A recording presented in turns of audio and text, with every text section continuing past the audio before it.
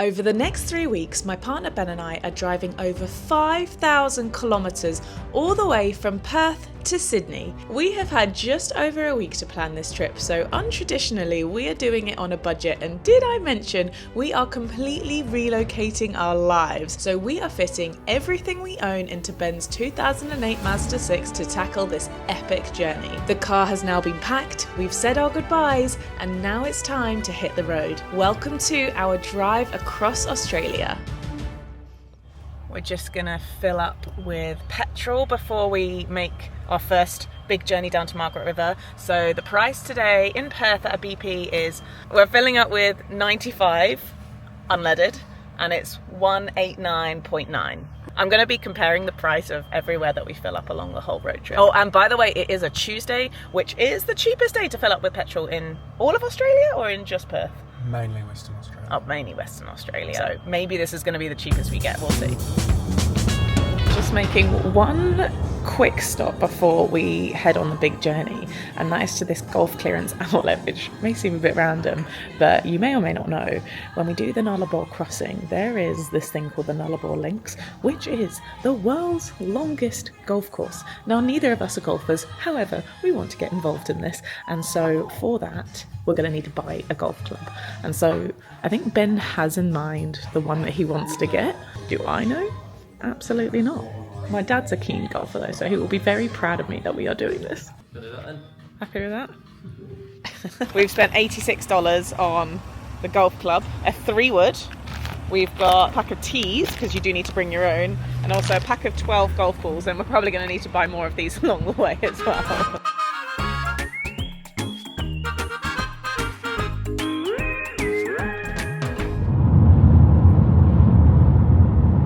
We are just about to arrive at our accommodation for the night, and I'm super excited because we've chosen somewhere really, really cool for this first night. We're starting off the road trip very strong with the accommodation.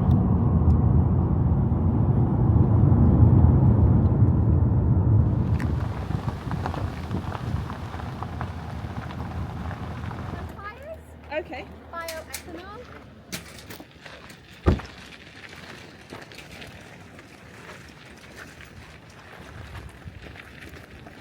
Oh my god, stop it. There's literally kangaroos. Hi guys.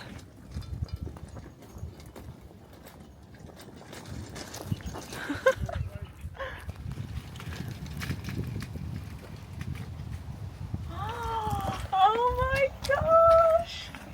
So we are in the shooting star tent, and before I show you inside, can I just show you the view? Look how lovely this is. So we've got our own private little fire pit here. We have our own outdoor bathtub here. It smells so good. Okay, we have a fire pit as soon as you walk in. A massive king size bed. Where do I start? Where do I go first? In here we have a gorgeous kitchenette, complete with a sink, like a proper coffee machine with a steam wand and everything, chopping board, mugs, a s'mores kit, a local Margaret River coffee, and it comes with olive oil. We didn't need to buy that from Aldi. We have a fridge freezer here, and I'm so glad the freezer's there because we've brought ice breaks which we need to refreeze. We're not staying in lush accommodation like this our whole trip. We are going to be camping, but this is a real treat. And here is just fully equipped with everything we need, like cutlery, washing up equipment. What else have we got in here? Kettle, a toaster, a little oven. Wow. Oh, we've got some really soft fluffy bathrobes, hot water bottles, slippers. And then through here we have, I think, the most lush bathroom I have ever seen inside of a tent. This is unreal. Look at the size of this shower. It comes with complimentary toiletries. So we are staying here for our whole time in the north part of the Margaret River region. We're going to unpack our things now, and then we're going to head up to Meelup Beach, Dunsborough, and perhaps do a little hike this afternoon before the sun sets, and then we'll come back here for dinner.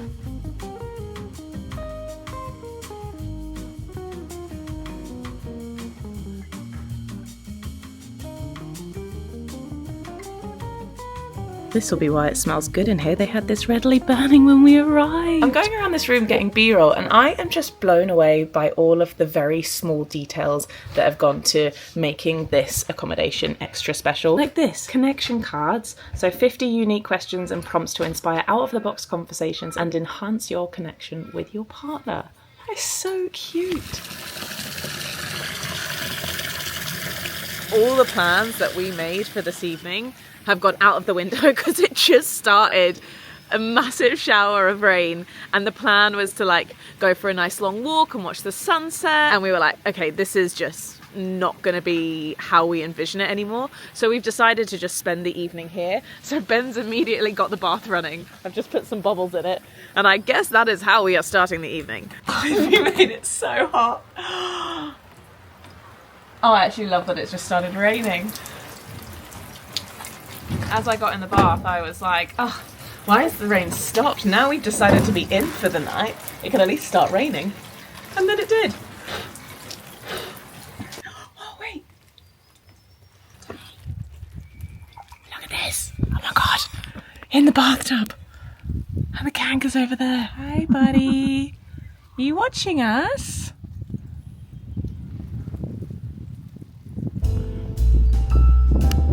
This is so cool.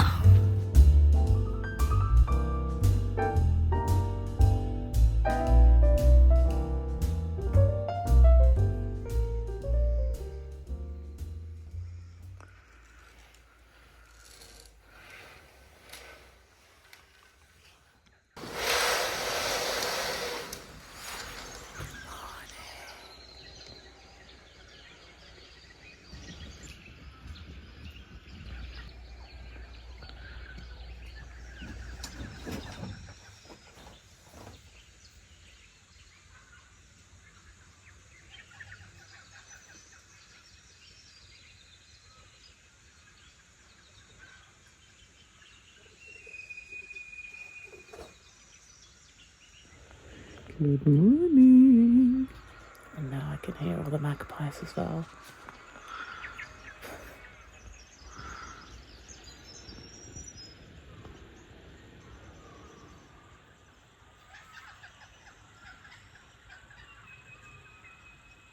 Soon I'll wake up Sleeping Beauty.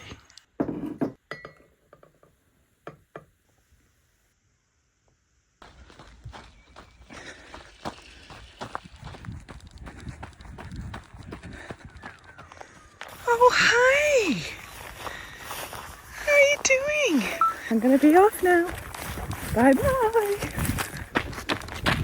Oh, hi! Why did you want to come say hi to you? I can't ignore you. How can I? No. This is one of the things I was most excited for about coming to stay at Wildwood Eco Retreat, and that is their steam lodge sauna. So we've decided to do it first thing in the morning to wake us up and invigorate ourselves. Now, I am quite partial to a sauna, but I have not really been in very many ice baths. I've been like cold dipping, but this ice bath right here is 5 degrees, which is cold. So I think we're gonna do sauna, ice bath, sauna, and then possibly repeat all again.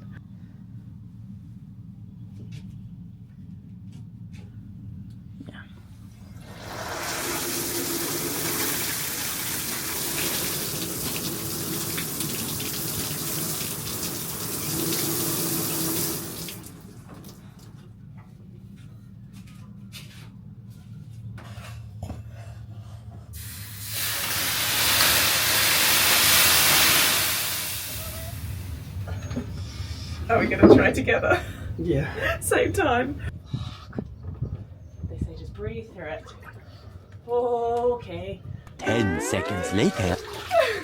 Oh my God, we are pathetic. Let's get back in the sauna. Back in the sauna. Oh my gosh.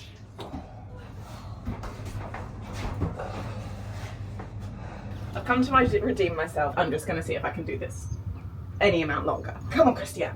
You can do it. Let's go.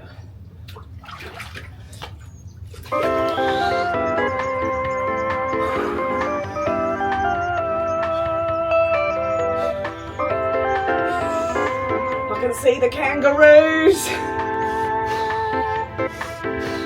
10 more seconds.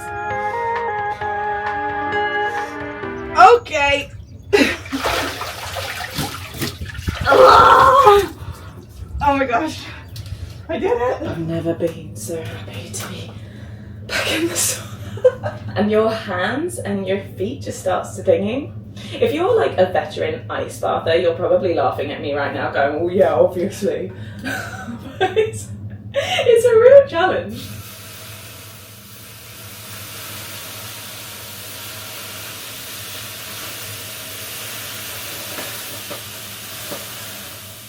That was awesome. I feel invigorated, ready for the day, and I need to work on my ice bath technique. Some of you may recognise where we are. This is the famous Busselton Jetty, the longest wooden jetty in the whole southern hemisphere. It is over 1.8 kilometres long, and we are going to walk all the way to the end of it and back today. It was kind of hard, like, figuring out what we were going to do with our Margaret River itinerary because there are so many things to do in this region, and we were like, well, we've only got like 2 or 3 days, and I thought that coming to Busselton Jetty felt like an iconic enough of a thing to do. It's something that I've already done before, but Ben hasn't.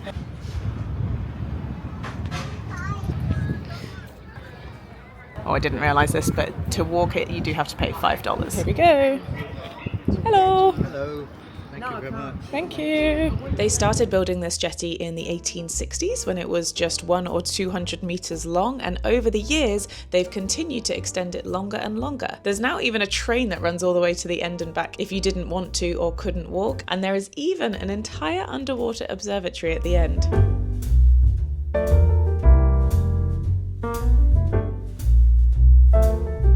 Cool because it actually says on here Sydney, 3,328 kilometres. We have picked up a fish and chips for lunch from the Goose. We were gonna go to Meelup Beach this morning, but the weather just doesn't say to me that we're gonna want to go swimming today. It's a little bit chilly, so we thought, why don't we just spend a little bit longer in Busselton, have a fish and chippy, have a relaxed little early afternoon before our whale watching tour. Okay, it's the moment we've been waiting for. We've arrived at the beach in Dunsborough, and we are going to be catching the Naturaliste Charters boat this afternoon for whale watching, hopefully.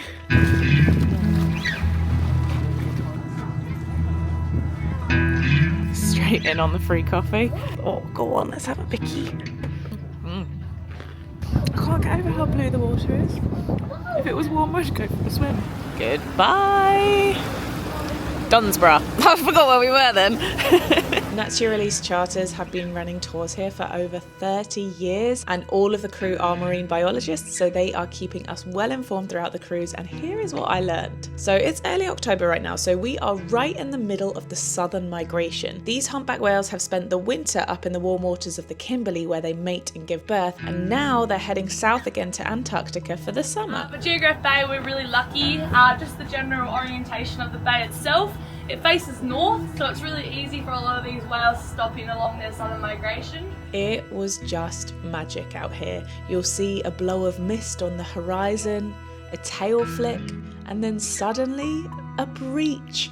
40 tons of whale bursting from the water and crashing back down in a spray of white. Sometimes they roll onto their sides and slap those huge pectoral fins. We saw them do this for ages. Or occasionally they lift their tails high as if they're waving goodbye. It's kind of crazy watching these giants move through the ocean. It's humbling actually, and completely unforgettable.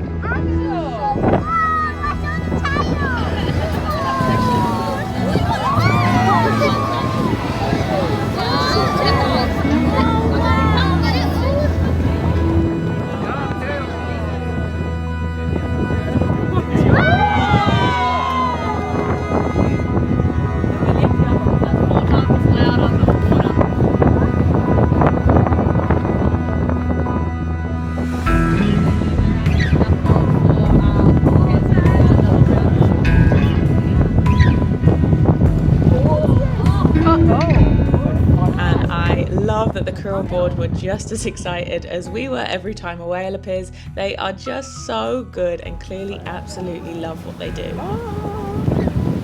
Thanks so much guys for coming out with us this afternoon. Hope you all enjoyed it. Got so lucky with all that action there right from the get-go too. That was pretty epic.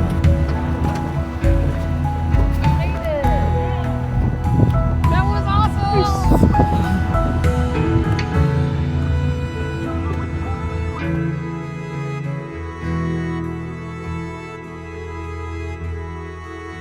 We've come where we actually wanted to come yesterday. It's called Sugarloaf Rock, and I heard it's a really, really good spot to watch the sunset. It's 5:10, so we have about an hour to an hour and a half before the sun sets, and it's actually along the way of the Cape to Cape track, which if I had stayed living in Perth, I actually wanted to come down and do the entire Cape to Cape track. So it's from Cape Naturaliste, where the Naturaliste lighthouse is, all the way down to, I can't remember the name of the bottom cape, but I'll put it on the screen. It would take like, I think 5 or 6 days at least to hike the whole thing. But we are going to walk a very small section of the track this evening before the sun sets, and then we'll come back here to watch the sunset.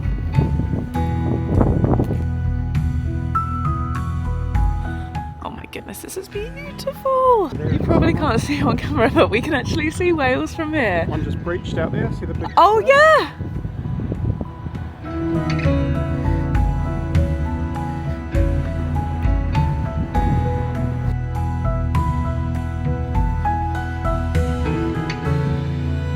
Oh my gosh, I almost just stood on this slithery little snake. We're in Australia, mate. There's snakes on the floor. Wow, wow, wow, wow, wow. This is Sugarloaf Rock. Oh my goodness, it's so beautiful.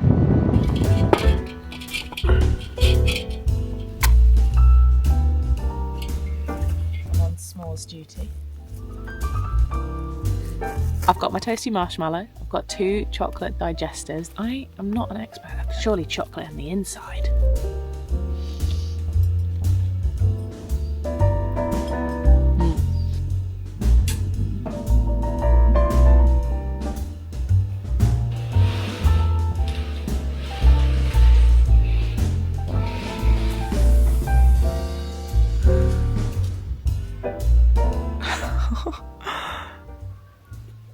Oh my gosh. Hi guys, good morning. Good morning. Good morning. It's just so good. I love it so much. Good morning everyone.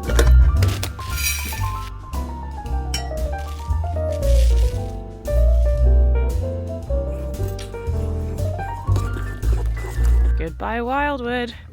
Wheeling our wagons back to the car park now. Today we're going to explore a winery, we're going to go into the town of Margaret River itself, and we are going to test out our camping stuff for the first time in Australia. I don't think I've ever camped in Australia before, so that'll be fun. It's also a little bit chilly, so I am a little bit nervous and apprehensive about how this is going to go. But it's going to be fun. It's all part of the journey, and I'm glad you're here.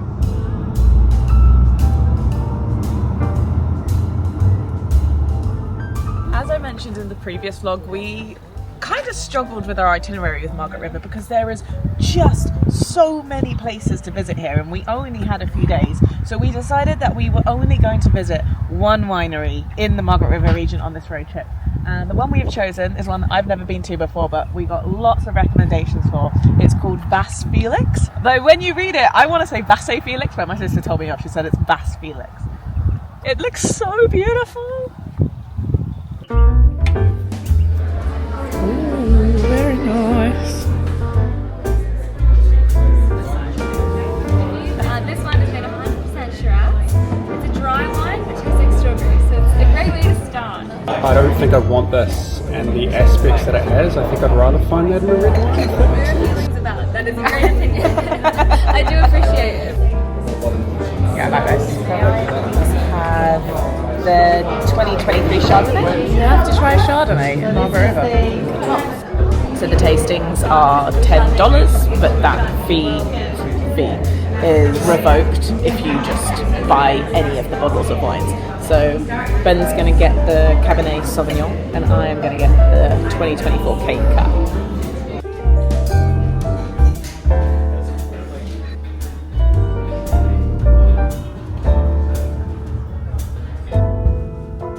Now taking a little stroll through the little town of Margaret River itself. We're not going to spend too long here, but I've heard that there's quite an infamous bakery, the Margaret River Bakery, so definitely going to get a little coffee from there. That looks so good.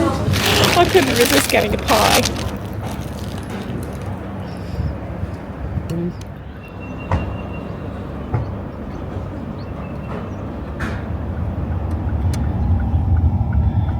Here we are.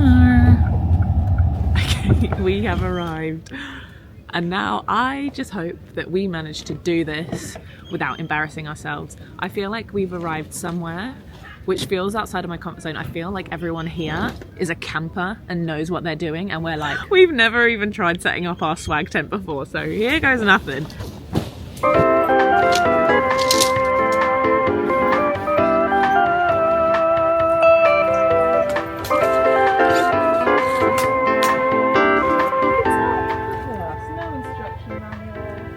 Open this.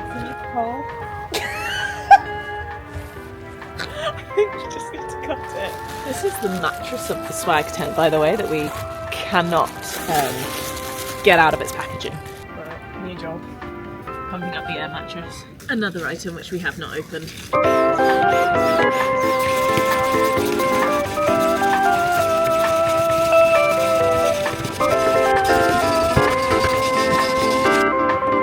How long did that take me? 5 minutes? Not too bad. Is this definitely where we want it?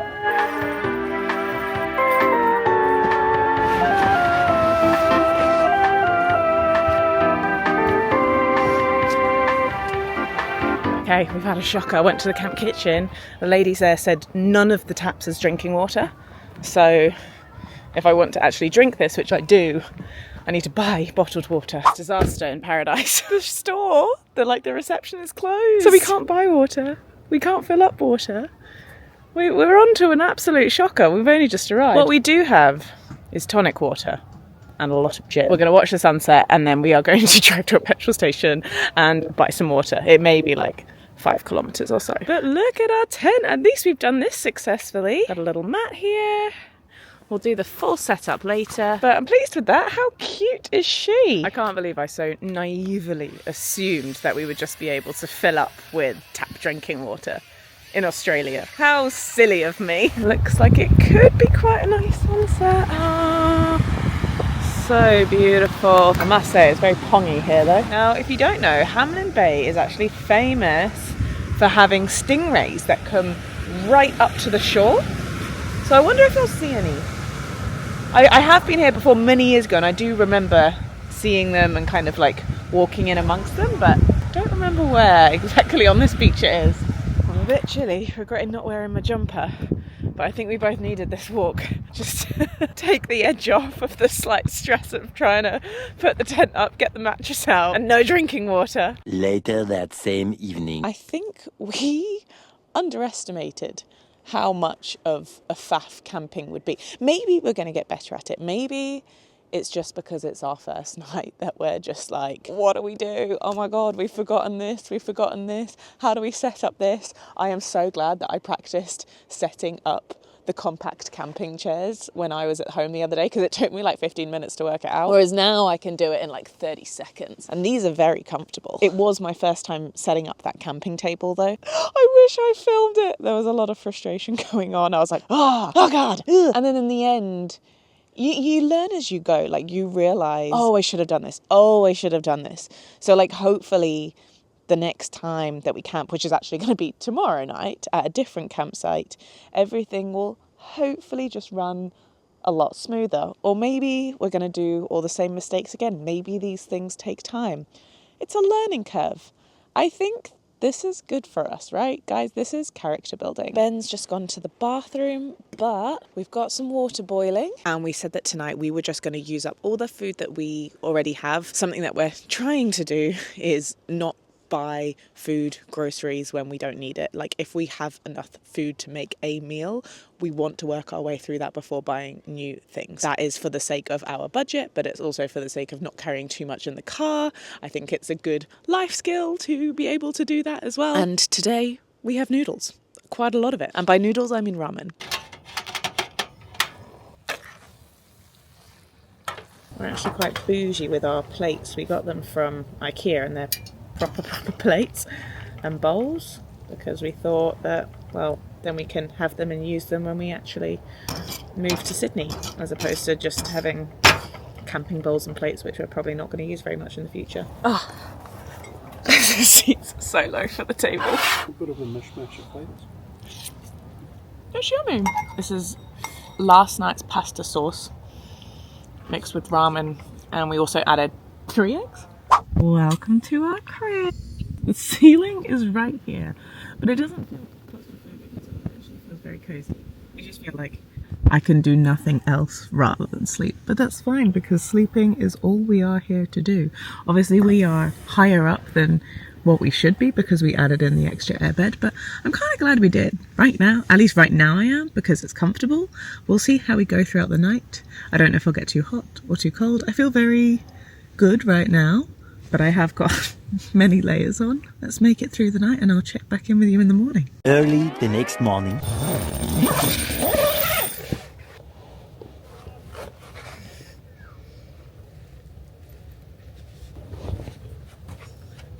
Good morning. Do you know what? That was okay. I actually slept pretty well, and so did Ben. And it was like the perfect temperature. It wasn't too warm, it wasn't too cold. I took my fleece off and I took my trackies off, but I was pretty comfortable in there. The airbed worked very well. I'm very impressed. It also, like, it kept it pretty dark. Like when the sun rose, it wasn't super bright in there like a usual tent. Well, what do you know? This is the toilet block. So there is showers. Toilet.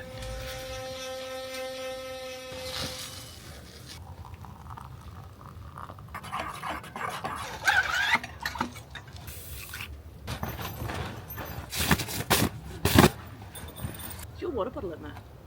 Maybe it is. It's right there.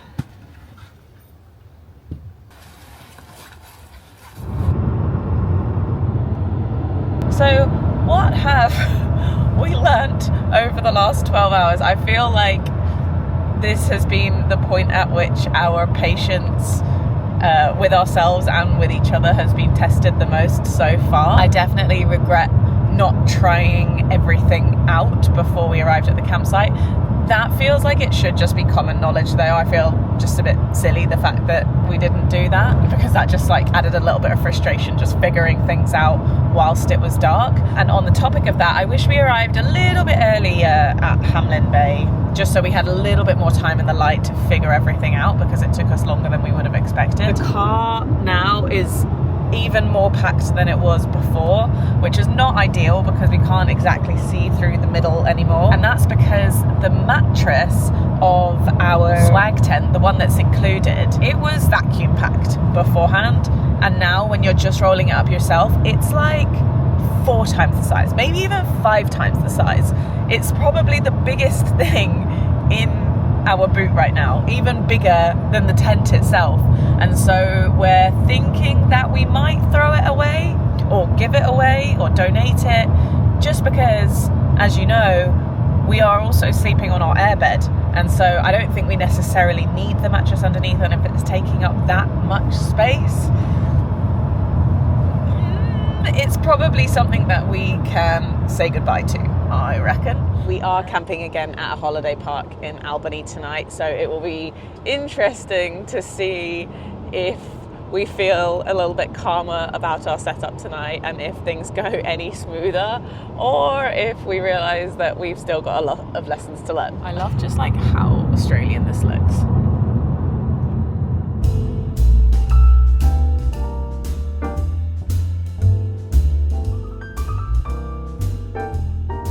It is cold in Pemberton, but we've got ourselves our coffees. We've come into a cafe called Just Lofty in Pemberton, which had pretty good Google reviews. Fortunately, they don't have any Wi-Fi, but my 4G is working on my phone, so I can hotspot to my laptops.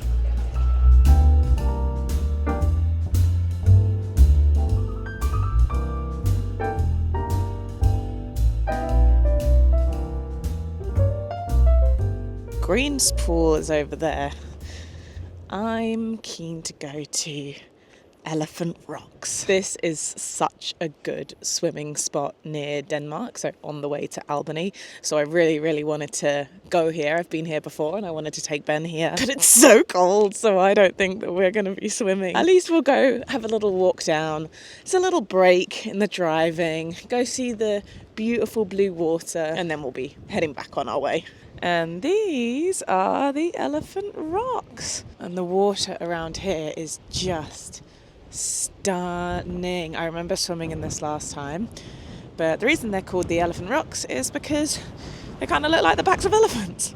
Kind of, if you squint. We just made a quick stop in the town of Hay at the Boston Brewing Co. because a girl named Emma messaged me and told me that she worked there, and it was so nice. We had a little cider, and she said if there are any chefs looking for a job, definitely go apply at the Boston Brewing Co. because they have positions available. But we got this gorgeous bottle of rosé to take with us, which we'll probably have tonight at the campsite to make us feel better about the fact that we are doing another night of camping.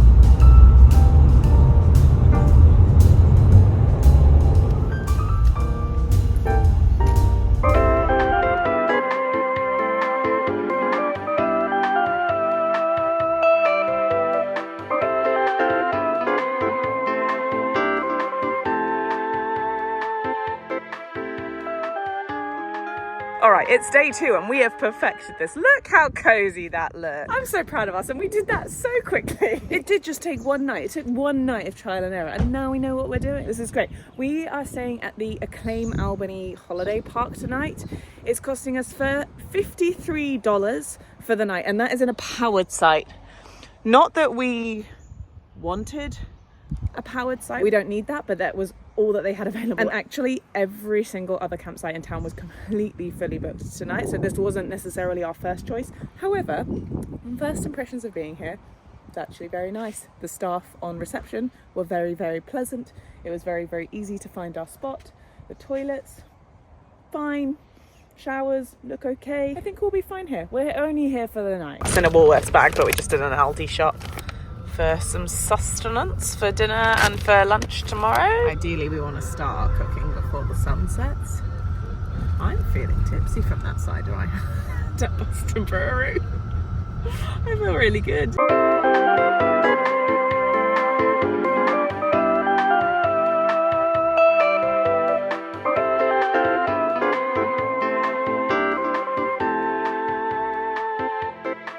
Ideally we would have had our setup next to our tent, but the wind is coming from this direction, so we've used our car as a bit of a windbreak. Stunning. So tonight we've just gone for a vegetable chorizo fried rice with eggs in it as well. And in here we've got wine from the Boston Brewery. The next morning. Good morning. This morning we have come to beautiful Middleton Beach in Albany. One, because it's just another area of Albany to check out before we leave, but also there's a parkrun that leaves from here, and it is Saturday morning and I want to do it. So we're here at 7:30 in the morning, gonna get a little cough, and I'm gonna do a little run.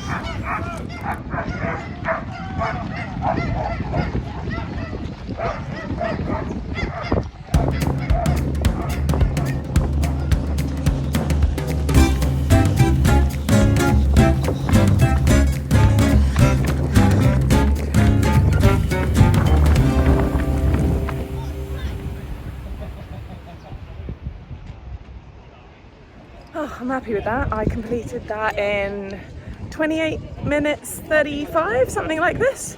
What was my average pace? Well, my average heart rate was 176, unsurprisingly. It was so hilly. It was undulating, as they say, so it kind of went up, out, down, up, down. It was definitely the most beautiful parkrun I've ever done, though. The most hilly and the most beautiful. And I'm particularly happy with that pace because I even walked for a bit of it. Some of the hills, when towards the end, when they were just really steep, I was like, you know what, this needs to be walked. This is too much.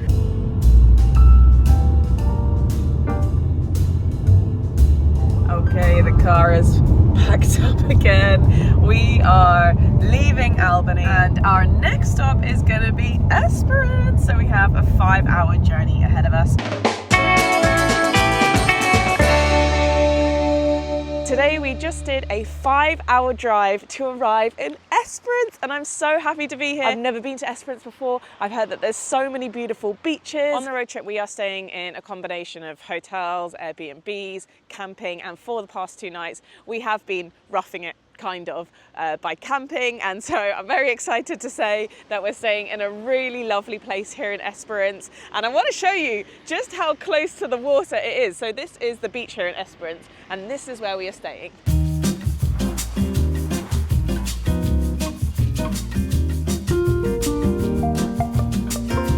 And here we are, welcome to our crib. So we are staying at the RAC Esperance Holiday Park and we are in one of their 1-bedroom garden studios. And I'm so excited to be here. So outside we have our own sitting area, we have a barbecue. Do we think we're gonna use the barbecue, Ben? Maybe.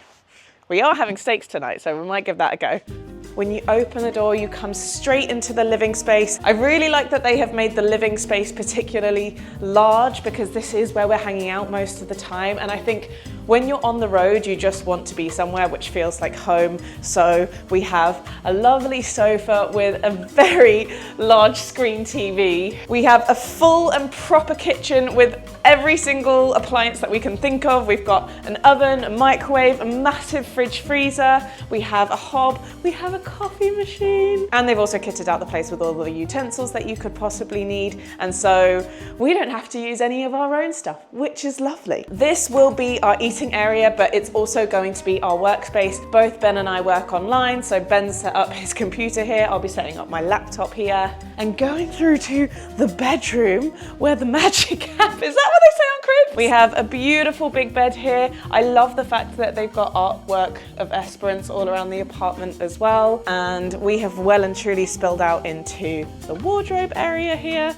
Definitely more my stuff than Ben's. Sorry, Ben. And then we have this beautiful ensuite bathroom toilet and a beautiful double shower, and they've included amenities here as well. There's shampoo, conditioner and body wash. And that is it for our little 1-bedroom apartment here. I feel so relieved and happy to be somewhere that just feels like home for a couple of days, to be honest. We've got 3 nights here before we make the humongous journey across the Nullarbor. They actually have different studios and villas across the complex to accommodate whatever group size you have. And of course they have loads of powered site spaces for camper vans, motorhomes and trailers for those who already have their own setup, which is something both Ben and I definitely want to work our way up to throughout our time living in Australia. The shared kitchen facilities are absolutely huge. They have hobs, ovens, ample fridge space, ample dining space and outdoor barbecues. I loved what a social setup this was, with table tennis, TV room, indoor and outdoor hangout spaces, and even this gorgeous pool for when the weather warms up a bit. Oh, it's nice, it's warm. Well, you know, not jacuzzi warm, but definitely swimmable. They've also got an entire playground for the families who have brought their kids along.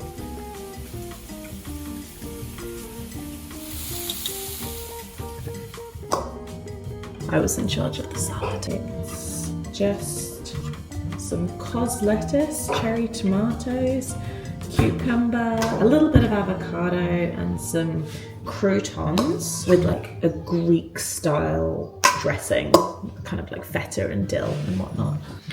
Hell yeah, are we eating here? Because we've taken up our table with basically our whole work set up. Oh, this is lush. Oh my gosh, I am so happy to be somewhere civilized again. This is so good.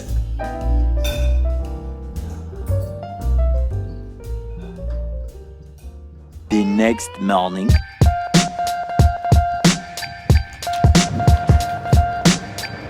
We've somehow accumulated so much laundry over the... How many days have we been on the road now? 6?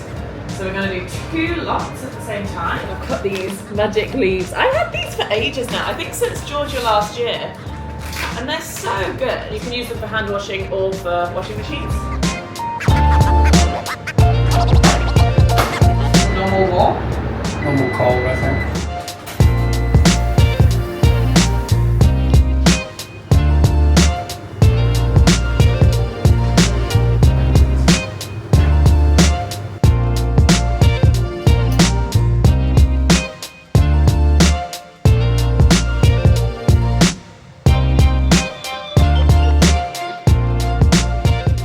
Because we've been on the road for about a week now, we just needed a whole day where we just caught up on work and life and admin and stuff. So that's basically been what today is. And I've been pretty productive, to be fair, feeling pretty good about that. But on my Garmin Coach run plan, because if you don't know, I am training for an unofficial sub 2 hour half marathon in December. I haven't signed up for a race, that's just something that I would like to be able to accomplish. On my Garmin Coach run plan for that today, it says that I need to do a 1 hour and 24 minute run, which is the furthest I think I have ever run ever. So I feel like Esperance is a really nice place to do that. They have quite a long foreshore stretch, so we will see how far along that foreshore I get. I'm gonna bring some Powerade with me. I fueled up on a few Percy pigs, which my sister got me for my birthday. Put that in there, if that doesn't poke me in the face.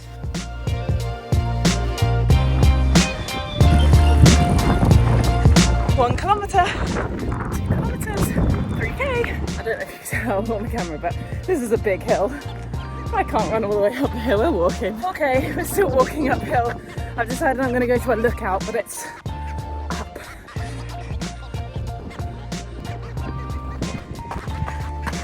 Okay, this is more like a trail run now.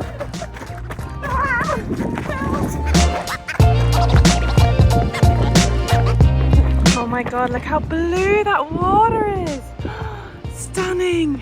5k.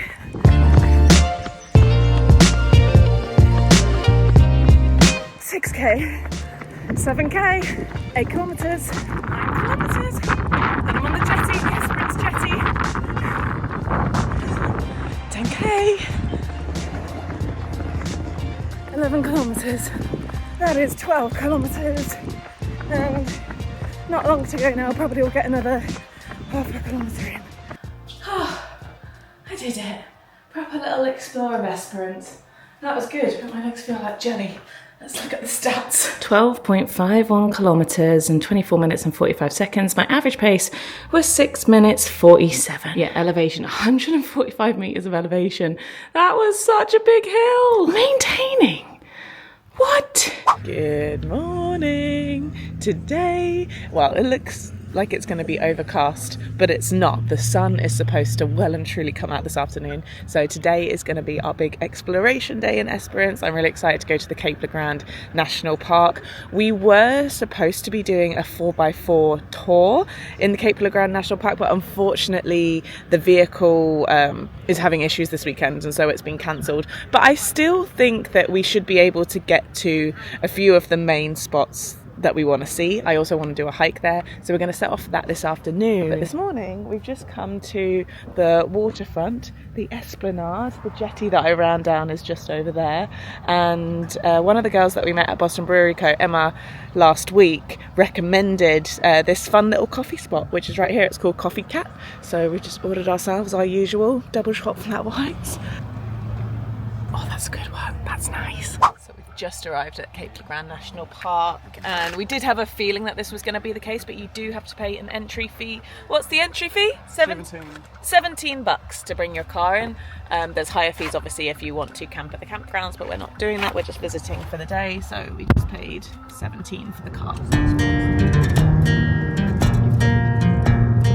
Oh my goodness. How beautiful is this? So I wanted us to do one big hike in Cape Le Grand National Park just to get a good view of a lot of it. So I've decided to do the one that's from Hellfire Bay to Cape Le Grand Beach. It's an out and back, and it's about 12.5 kilometres for the return, and I think it's going to be about 650 metres of elevation. So a pretty decent hike, but oh my god, just this first beach. This is Hellfire Bay. This is one of the most stunning things I think I've ever seen.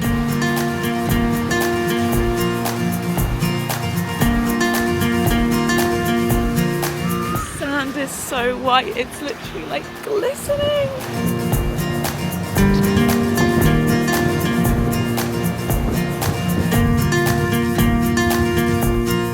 I feel like the camera is just not doing this justice. This is one of the most incredible beaches I've ever seen, if not the most.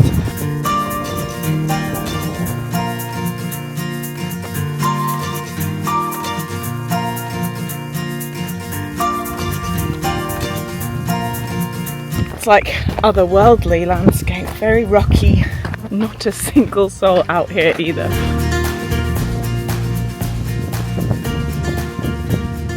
We have a wonderful view of Cape Le Grand Beach now, but we're still quite far. This whole hike has taken us a bit longer than what we were expecting actually, because the ground is very uneven and rocky, and what we're on now is actually some of the best of what we've been walking on. So we've decided that maybe we won't go all the way to the beach, but get to a nice little view spot, have our snacks, and then we can make it back in good time without risk of it getting dark.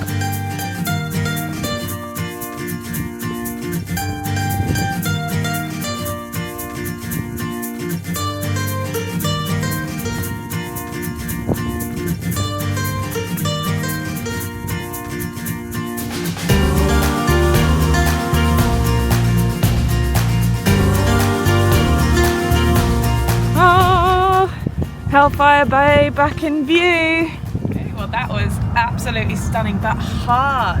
Way harder than either of us were expecting, so we're really glad at this point that we decided to cut it short, because now we have a really nice amount of time before it gets dark to head to Lucky Bay. And now Lucky Bay is the really famous bay that's here in Cape Le Grand National Park near Esperance, and it's particularly famous because you're supposed to be able to see kangaroos on the beach, and from what I've read you're most likely to see the kangaroos on the beach at sunrise and in the late afternoon. So I was keen to arrive there in the late afternoon, which is what we're doing. We're going to arrive there around 4:30. We've now arrived here at Lucky Bay Beach. This is known for being the whitest beach in Australia, even whiter than Whitehaven. Don't feed the kangaroos. Well, we haven't seen any kangaroos yet. We're going to drive onto the beach like other people have done. Normally that's just a 4x4 activity, but the sand is quite hard at the moment, and so we think that we're going to be able to be alright in our Mazda 6. Here we go. Come on, you wee little Mazda. Oh, first time driving on the beach. I'm surprised that they just let you drive on the beach here. I'm also just so amazed at like the small hills and mountainous landscape that kind of surrounds the beach. It makes it really unique. You can actually camp at Lucky Bay as well. You just need to make sure that you've booked it before you arrive in the park, I think is the advice there. And maybe that is something that we will do another time, but I gotta be honest, I am so happy that we are about to go back to RAC now for our final night of civilization, of just having our own bedroom, living room, kitchen, bathroom before we are about to... Kangaroos do that still. Kangaroos! So they may not have been on the beach, but they're still in the area. Hi buddy!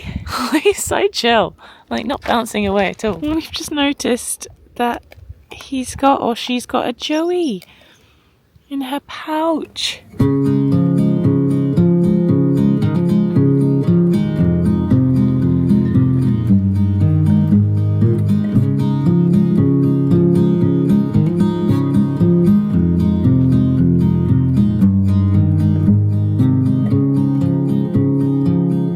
Well, would you believe that we've got everything packed in the car for the Nullarbor with space to spare? And you know why? Because we are ditching our mattress. This is the mattress that comes with the swag, and unfortunately what we realised after our very first night of camping is that it does not pack down to even a fraction of the size that it was when we initially bought it, like, because it was completely vacuum packed, and so it's just been taking up the majority of the space in the car. Now we have also been sleeping on top of an airbed in the swag, and so we're like, do you know what, it is a risk, because if our airbed pops, then we have nothing. But it's a risk that we are willing to take for the next 3 days. Hopefully it's something that someone will find useful, but unfortunately for us and our Mazda 6, it's just too big and we cannot take it. I'm feeling apprehensive about the next few days. It's been so lush. I feel like this time at RIC Esperance Holiday Park has been just what we needed to kind of catch up on all of our admin stuff and try and actually get ahead, because we know we're just not going to have hardly any electricity, hardly any service or anything once we're on the Nullarbor. We did our Woolworths shop yesterday morning, so our icebox is full, our pantry is full for the next 3 days. There's just one thing that we forgot, and that is some wet wipes for our body, because we don't know how often we're going to be able to shower over the next 3 days. So we're like, we should definitely have at the very least some wet wipes.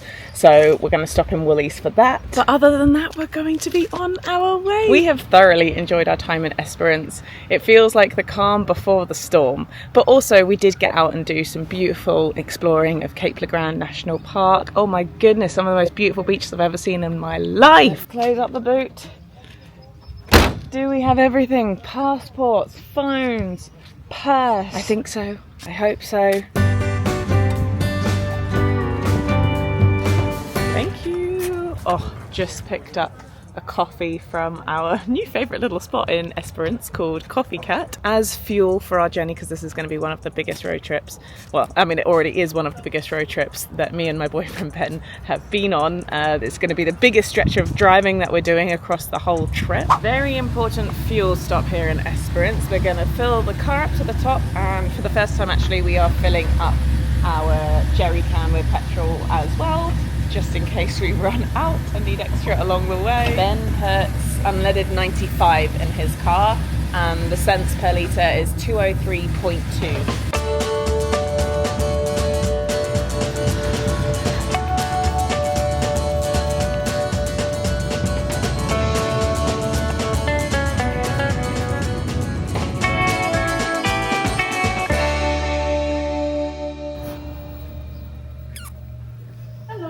Hi, good, thanks.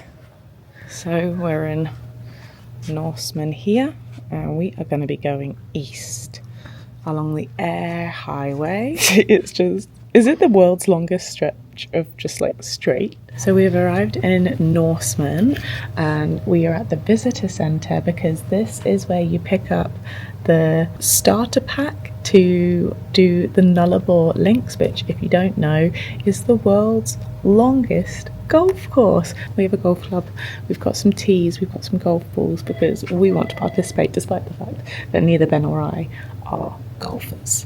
Sad news, guys, she didn't have any of the scorecards. You pay $78 for them, and that's like the official scorecard, and then you get your official certificate at the end.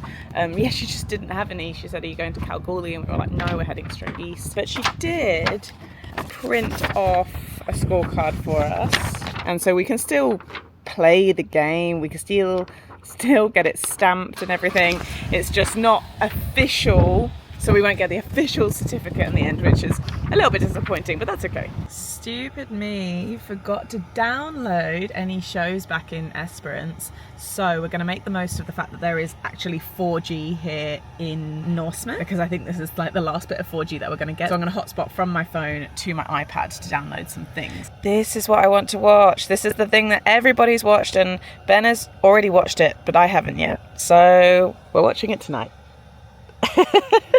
You're watching it again. We came in here because we heard they had pies, but it doesn't look like they have any pies. Hungry? Yes, I am. Wait, beef, cheese and bacon pie, they've got one. Let's dandelion.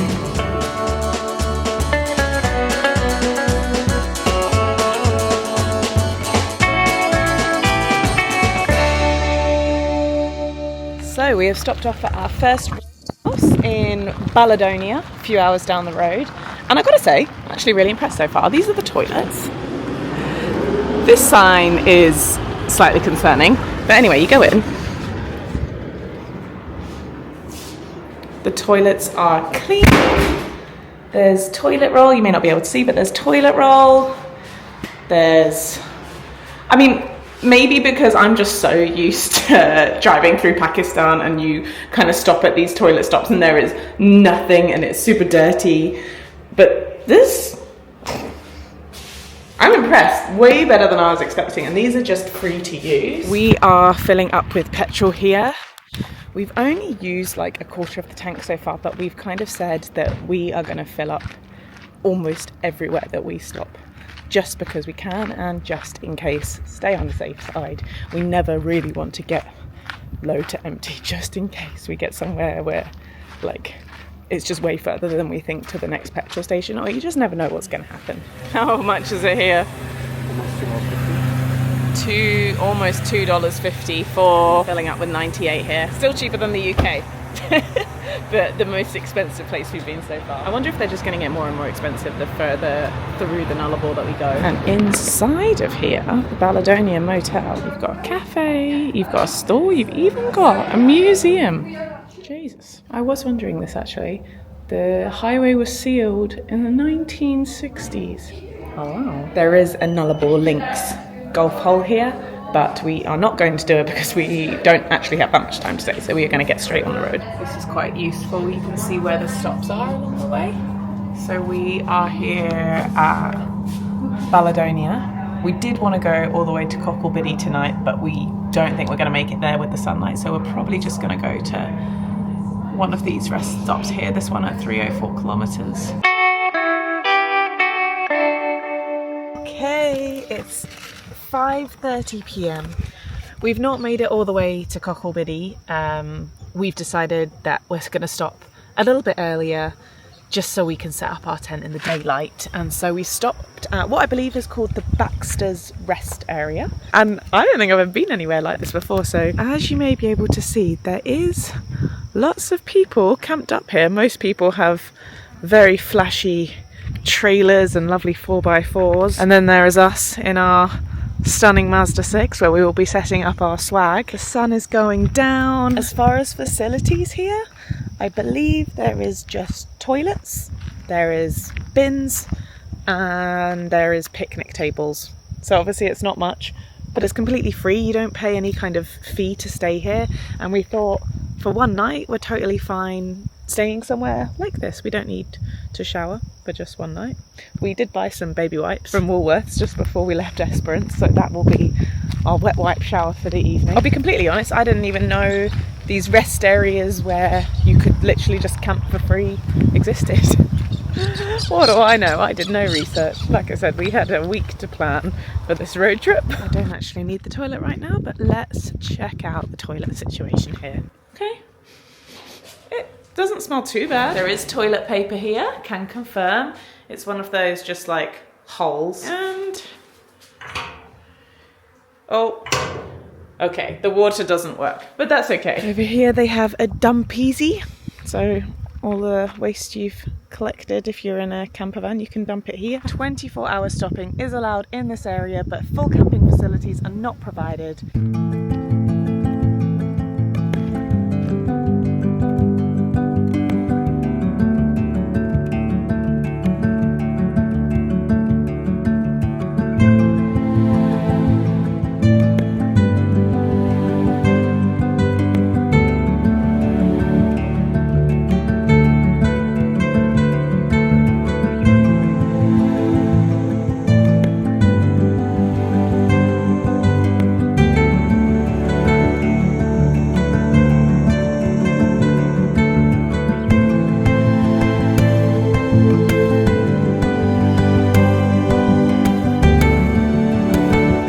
As the sun has set, we are all set up for the night. Thankfully, had to do the bedding entirely inside the fly net because the flies are everywhere, but it looks pretty cozy in there. And we're gonna make some dinner. This is kind of crazy. Like, I've never camped anywhere quite like this before.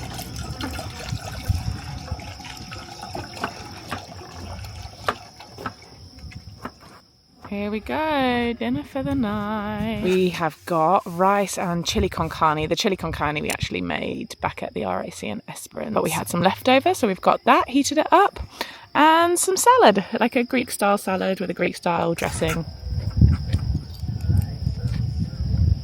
Now the sun's gone over the horizon. There's not so many flies, even with our lantern on, which feels suspicious, but I'm very glad about it. The thing that takes a lot of time every day is just repacking our kitchen box, because everything fits in quite meticulously. So when you use one thing from the box, you have to kind of take everything out. And then when you want to repack, you take everything out just to put it all back in. So this is just the daily ritual that we're doing at this point. There's bugs! The celebrity, get me out of here!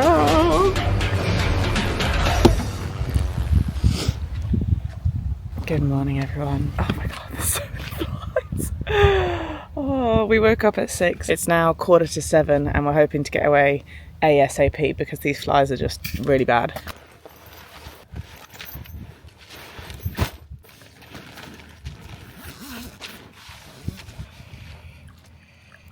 We picked up a bunch of these long life milks.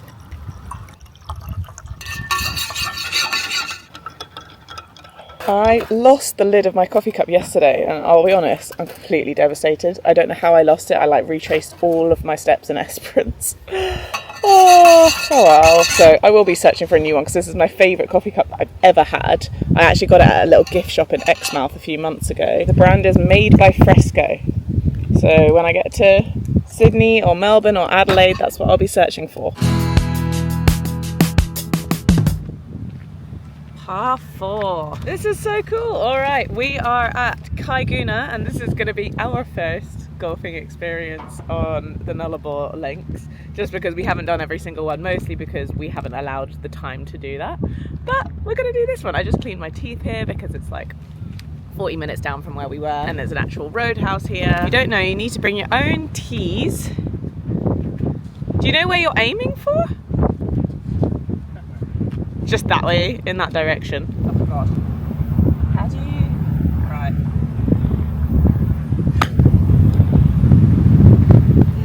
Do you know what? I'm just pleased I hit it.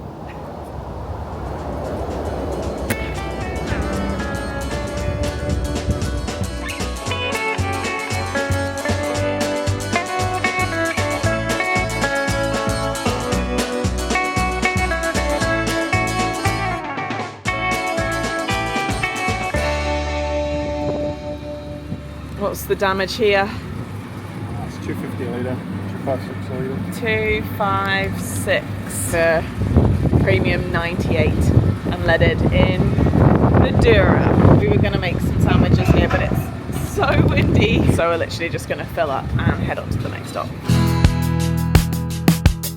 So I was just reading up on this pamphlet that I picked up in Norseman about quarantine in South Australia, and I was reading, and turns out, I don't know why I didn't think of this, there's a bunch of things like cucumber and tomatoes that we can't take into South Australia from Western Australia. So we've just stopped in, it looks like you want to say Mundrabilla, but I'm sure in Australia they just call it Mundrabilla. It is about 70 kilometres out from Eucla and the start of South Australia, and I'm just going to cut up this cucumber that we have so that we can snack on it in the car, have it with some hummus. I'm also going to cut up some cherry tomatoes and cheese and have that as a snack, so that hopefully we don't get told off by quarantine when we arrive in South Australia. That wouldn't be a very good... Whoa. So windy here at all of the service stations. Yeah, getting fined by customs would not be a good start to our journey in South Australia, I don't think. Now making some ham cheese sandwiches for our lunch. Spreading on the hummus. Ham. I like the cheese slices in Australia. They're like proper cheese as opposed to like the plastic cheese.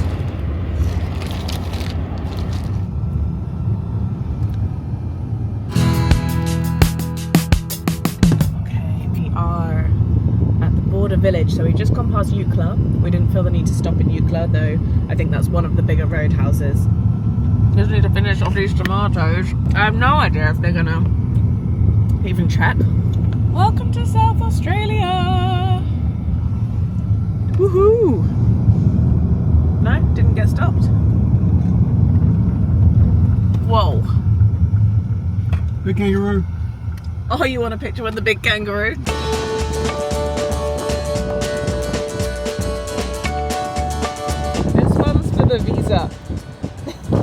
a visa. Oh, okay, I think we are officially on it now. I think this whole time up to now, that's not officially the Nullarbor Plains, but this is. Hell yeah. Nullarbor, baby. Look at this guy. We've just stopped off at a viewpoint for the Bunda Cliffs. Hilarious that they are called the Bunda Cliffs. Nice to stretch the legs, to be honest. We've been on the road for quite a long time. We don't know where we're going to sleep tonight yet. We'd love to make it to Ceduna, but because the time change has been happening, and obviously we're travelling east, it means we're losing sunlight, unfortunately. So we don't know if we'll make it to Ceduna before the sun goes down. So I guess we'll just see where we end up.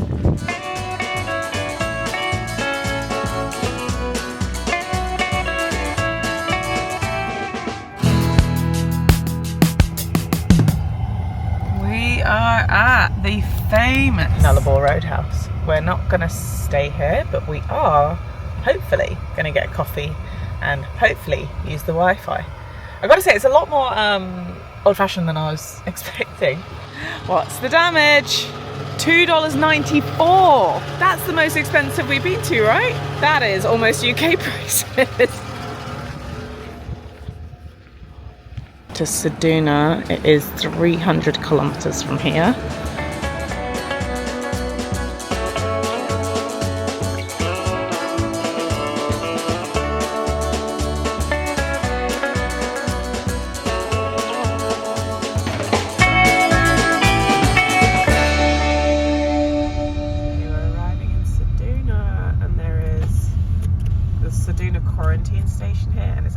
Vehicles must stop. Hello. Yes, we have. Do you have any fruit, vegetables, or plant material on board? No. Plant material? Was it plant material? Yeah. Yeah, so I got 2 pot plants, but if I double checked and we only use compost mix. There's no dirt from WA, yeah.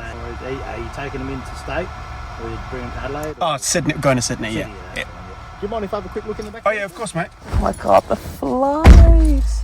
Oh, I think they're at least... Are they mozzies? I think they're just moths. Moths!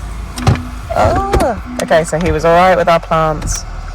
And, well, we'd already got rid of all of our fruit and veg. I ate the cucumber earlier because I thought that was going to happen much earlier on. Okay, we are in a Ceduna Shell. And is that 208? So almost $1 less per litre here.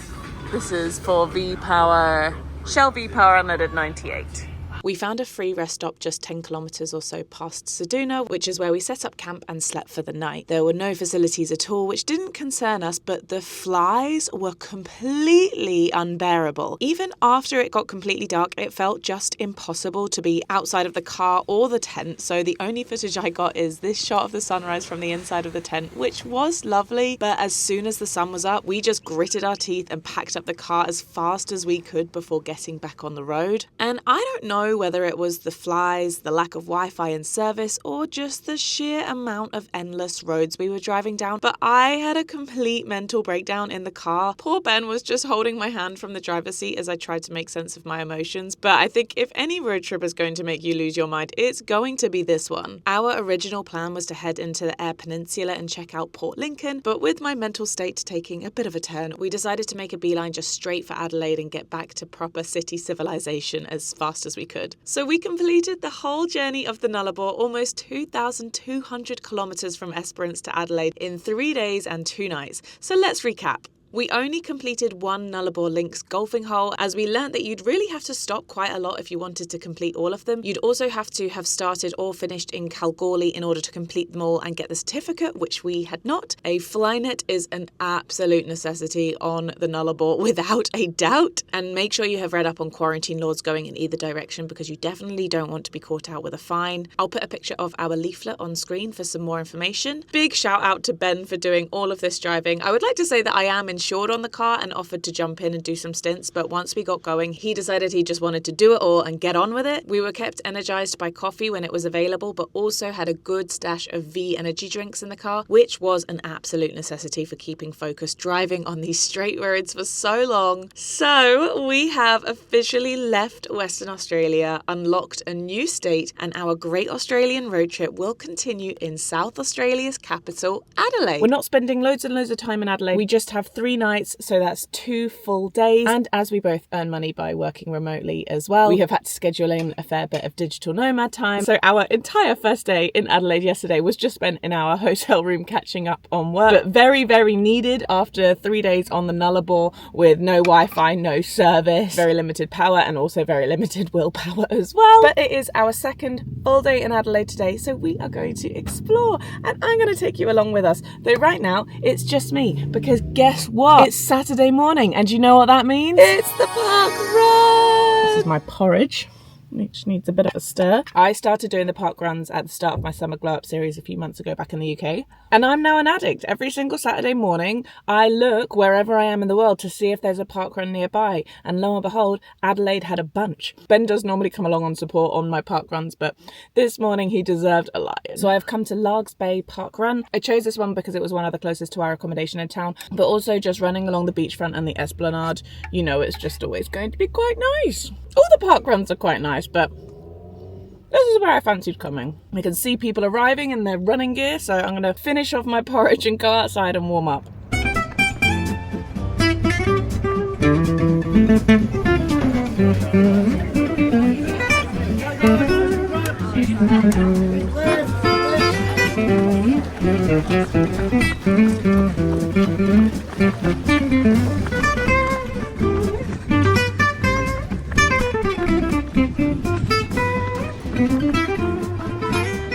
Thank you. I was aiming for 32 minutes on the dot because that was the amount of time that Garmin wanted me to do a zone 2 run today, but I ran just a little bit too fast, but I was pretty good. My pace was 6:18, and in the end I had to run 5.1 kilometers in order to hit 32 minutes. My average heart rate was 157, which was higher than I wanted to for zone 2, but it's hard to keep it down when you're doing the park run because it's just exciting. I really need to get back on running way more regularly because I am not happy with this. Okay, I have showered, I have dressed, and I really want to see Adelaide CBD, to be honest. I don't know what it is about when I come explore a city. I just want to see the CBD, even if it may not be exciting, or maybe it will be. So we have parked just on the outskirts of the CBD in a Wilson's parking, and this is the Adelaide Botanic Gardens. I've kind of dotted a few landmarks on my Google Maps, and we're going to do maybe like an hour to an hour and a half walk around the city and just see the sights, to be honest. Oh my god, the bats. Can you see them? There's so many. From the Botanic Gardens, we followed the River Torrens down to Lowndes Boat Shed Cafe, which sits right on the water. It's small, historic, and such a cute spot for a quick caffeine stop before wandering into the city.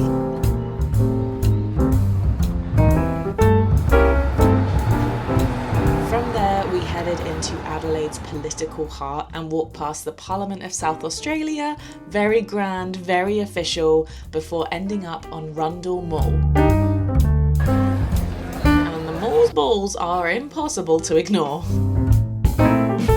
We kept walking past Adelaide Town Hall, Victoria Square, and a few really cool murals and laneways that you could easily miss if you weren't paying attention. Adelaide has such a little creative side, there's art everywhere. And finishing off our walk back in the Botanic Gardens where we started. So pretty. I really enjoyed this walk. I think Adelaide is one of those places that doesn't shout for attention, but once you're here, you really appreciate it.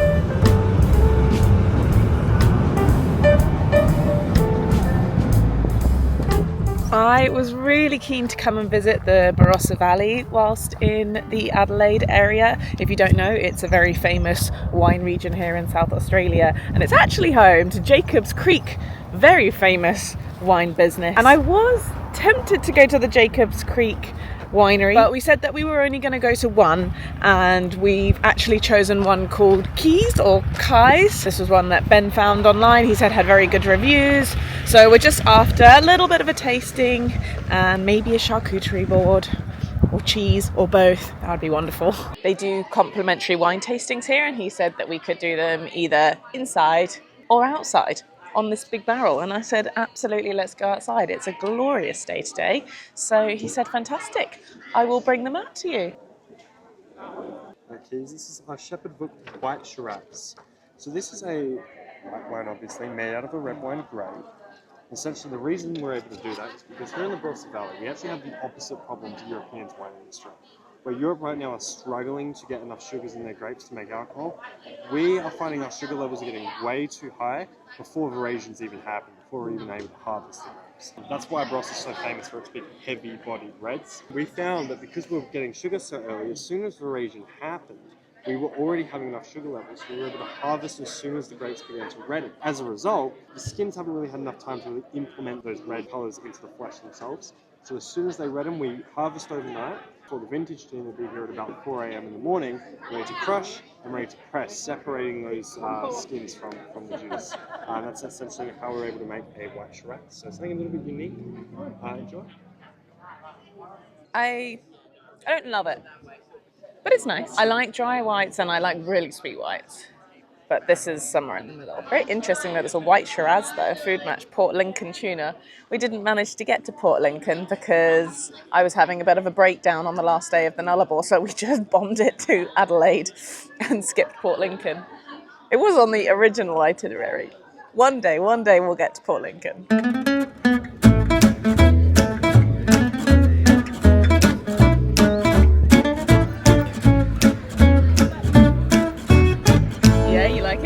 Oh, he likes the red wine. Ben is a big red wine drinker, and this is, he said, by far their most popular, the Deerstalker Merlot. I'm not so much a red wine drinker, but that is good. Oh, we've got the, what was it called? The gourmet platter. This is the kind of thing I was really wanting when we were back in Fast Felix in Margaret River. I wanted meat and cheese, so this is very exciting. How much did we pay? $40 for like the platter for the two of us, and it's pretty big.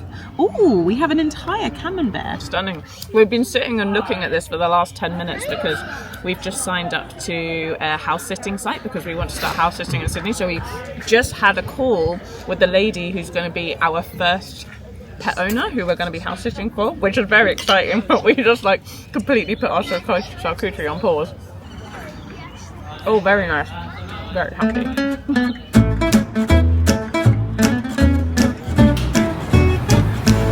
What's grenadier? Just like the cheap white thing. What do the sausages look like? The crumb sausage? Is that like a buttered sausage?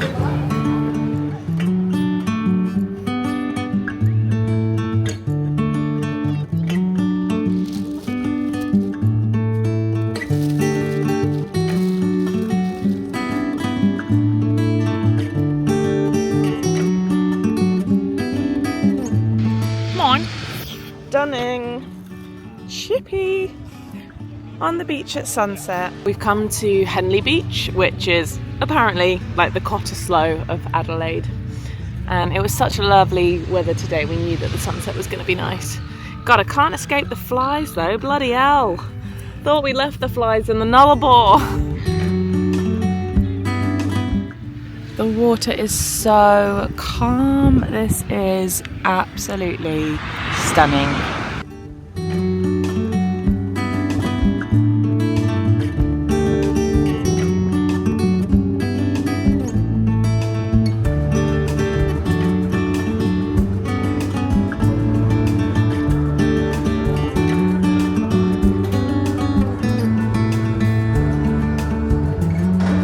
Push start after beep.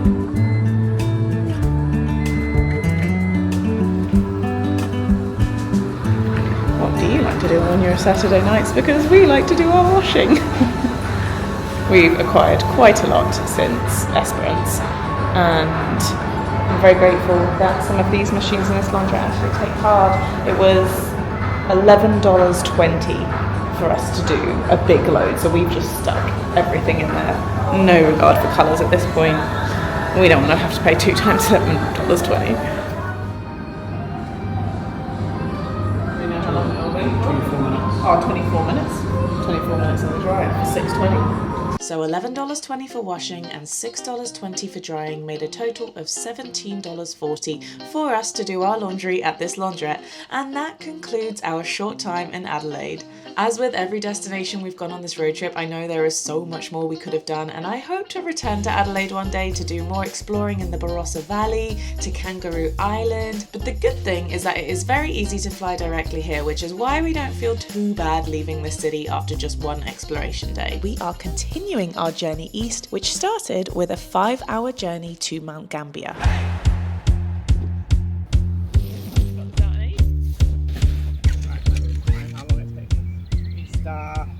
Go!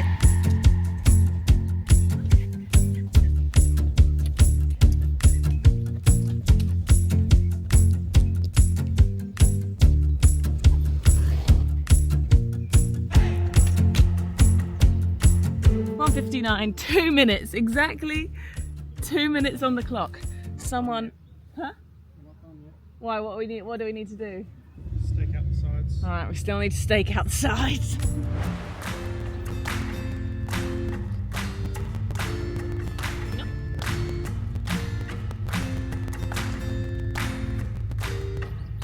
Okay, 3 minutes 18. I timed it because someone in the comments said, oh, why did you buy a swag that takes so long? Why didn't you just get a pop-up tent? Is 3 minutes 18 a long time to put up a tent? That's a genuine question, that's not sarcastic. I don't know. How long does it normally take to put up a tent? I think that that's fast, or fast enough. Anyway.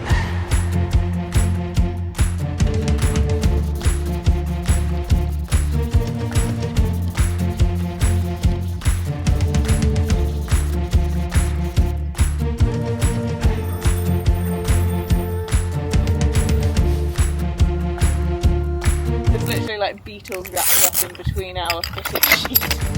I may not have pumped this up well enough.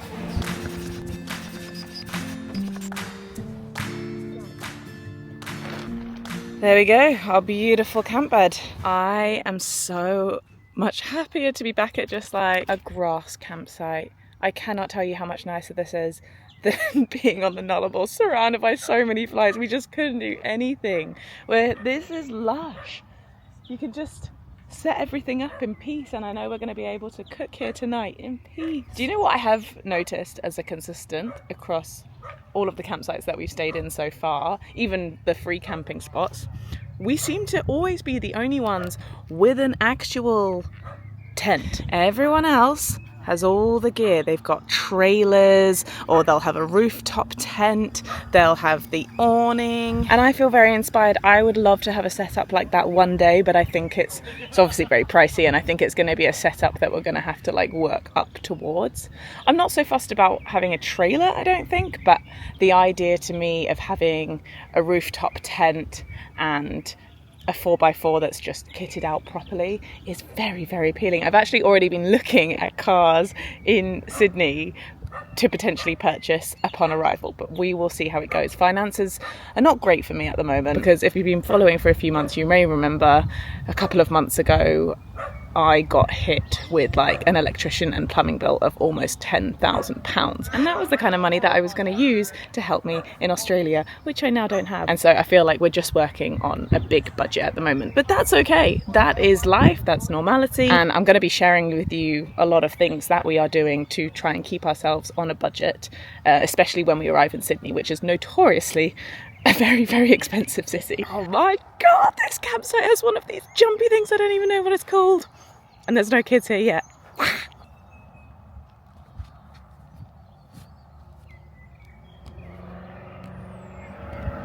actually so fancy.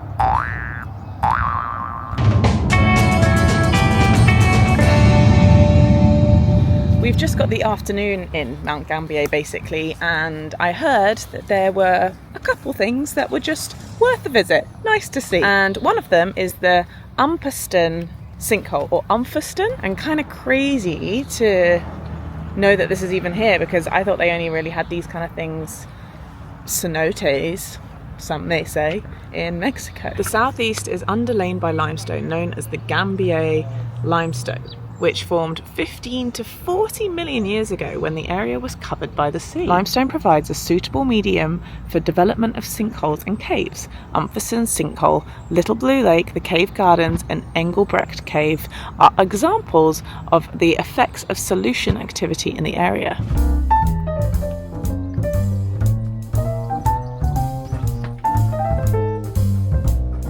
You wouldn't be expecting to find somewhere like this here.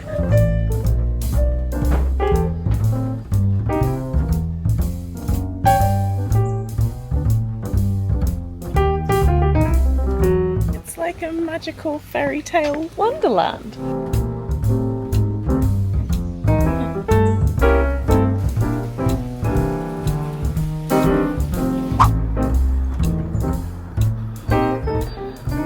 Wow, this is the Blue Lake. I believe it's 3.5 to 4 kilometers to walk all the way around, which is what we're going to do, even though it's kind of raining. But this is the other beautiful kind of iconic thing to do in Mount Gambier. So here we are. Am I saying it right, by the way? Mount Gambier? Mount Gambier? I have no idea.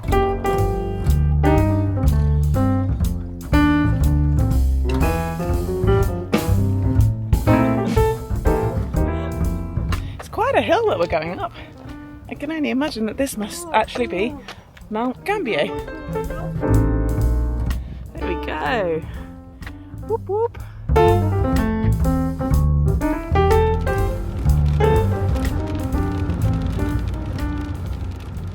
Good morning, everyone.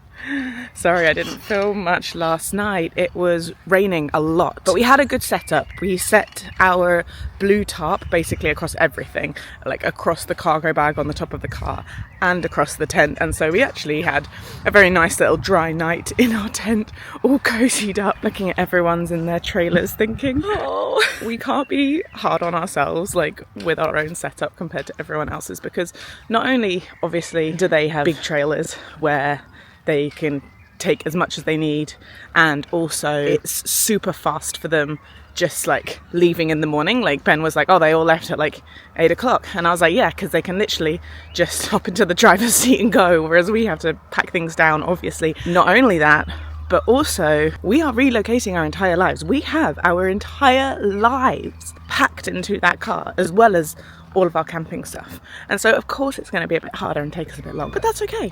Anyway, we've made a little filter coffee this morning. Ben pointed out that over there on this part of the campsite, which is what I'm walking over to, there's some alpacas. Hello. Oh, hey. There's another one over here. Oh wow, there's some of the unpowered campsites are all the way down here. I guess when it gets really busy and in peak season in summer, they use up all of this space, but you're quite far from the amenities like the kitchen and the toilet down here. But what would you prefer, to be close to those things or close to the alpacas? Oh, this one looks peaceful. Oh, you got a good spot there, mate, don't you? Very good spot, very scenic. Nice contemplation station. I approve. Filling up before we leave Mount Gambier, and the price here for we get unleaded 95, and it's $1.82.5, $1.82. Just stopped off in Port Fairy at the Coffee Roasters, and I am thrilled because they sell the made by Fresco coffee cups there, and I had lost my lid. And they sold the lids separately as well, so I have a lid again for my coffee cup, and I don't need to buy a whole new one. Though I like this coffee cup so much that I was actually planning on buying another one from the exact same brand. But luckily I don't need to now. Yay! While we were in Port Fairy, we were also in need of a good little stretch of the legs, and I clocked a nice little circular route around Griffiths Island. So we spent just over half an hour doing this 3-kilometre walk. this is the Port Fairy Lighthouse.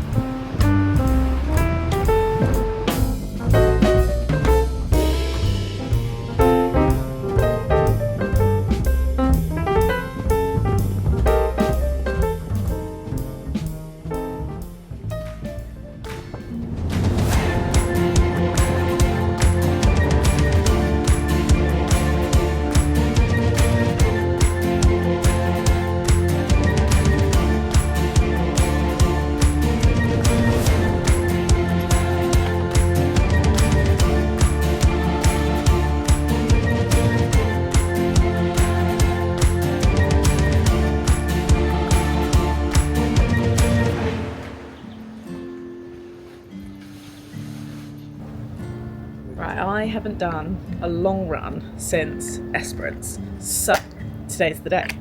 And I think it's going to be the longest run I've ever done. 1 hour 33 minutes, so I'm hoping to maybe be able to whack out 13 or 14 kilometers in that time. I don't know. I go off heart rate, and so obviously if my heart rate is going a bit too high, then I slow down and then I won't get as far, which is why I can't predict how far I'm going to go. But we are going to fill up my little hydration pack with some Powerade. I'm going to run along the Warrnambool. Is that where we are? Warrnambool? Warrnambool? I actually can't remember the name of the town we're in. There's supposed to be a really lovely long foreshore promenade, and there is like an extended part of that called Thunder Point, which is cool to walk along or run along in my case. I'll have a little look at my maps now to plan the route, but other than that, we'll be on our way.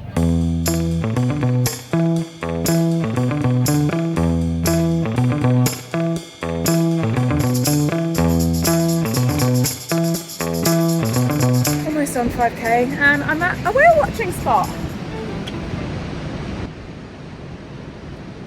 Can't see any whales. Don't think I'll hang about too much because my heart rate's going to go down. Back on the run now. Let's go. I'm turning around. I keep getting lost. I keep having to look at Google Maps on my phone just to check where I'm going.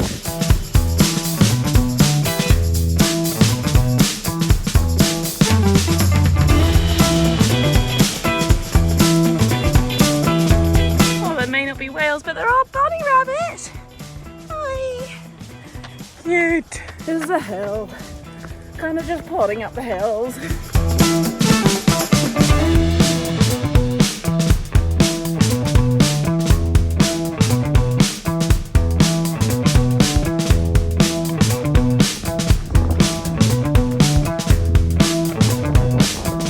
I have no idea where I am, but it's very cool. And I'm really starting to feel it now. Almost done 12 Ks. And I think I'm going to turn around here.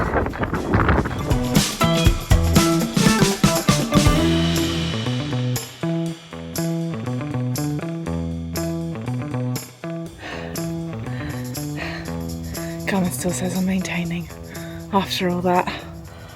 Devastating. We just rocked up to this campsite earlier, and I did ask for an unpowered site, and she was like, yeah, and then she was like, that's $46. And I thought that was a bit much, but I was like, okay, whatever, let's pay it. But we're at a powered site, we have power. And so I'm like, maybe she misheard me? Anyway, we're paying $46 to stay here. But it is rather lovely. I just had a nice shower and I'm in my comfy clothes, which I'm so happy about because I was getting chilly. And now I'm going to go find Ben, who's in the camp kitchen. When we're staying somewhere where there is a camp kitchen, it's just nice to use it so that we don't have to get all of our things dirty. Oh, there's the man himself. How does he get in? Just spent the morning in the Warrnambool library, and actually we came here yesterday as well. I don't know why I've never thought to come and work in libraries before. It's so good. There's free Wi-Fi. There's like quiet tables.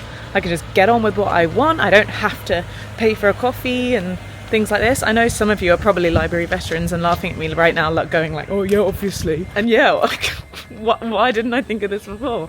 Anyway, we are now setting off to do officially the Great Ocean Road. And actually I've got ChatGPT to help a little bit with the itinerary, because we've booked our accommodation for tonight, but because we're not leaving here until just after midday, I was like, okay, I need this to be optimized. I need our stops to be optimized so that we're seeing all the things that we should be seeing along the way with good timing, and that we make it to our accommodation before it gets dark. We are turning on to the Great Ocean Road. I thought there was going to be a big sign, but there's not. Our very first stop on the Great Ocean Road is the Bay of Islands.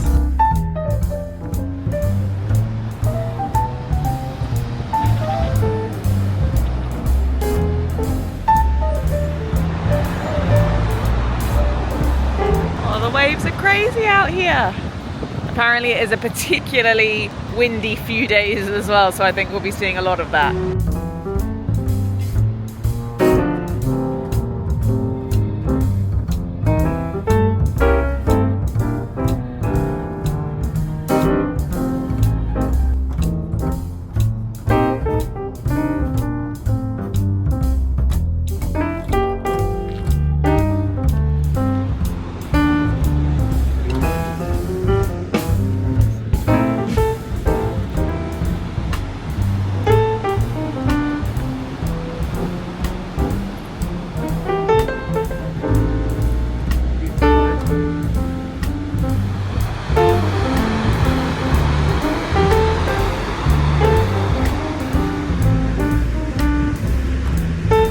This is the little town of Port Campbell. It's super cute.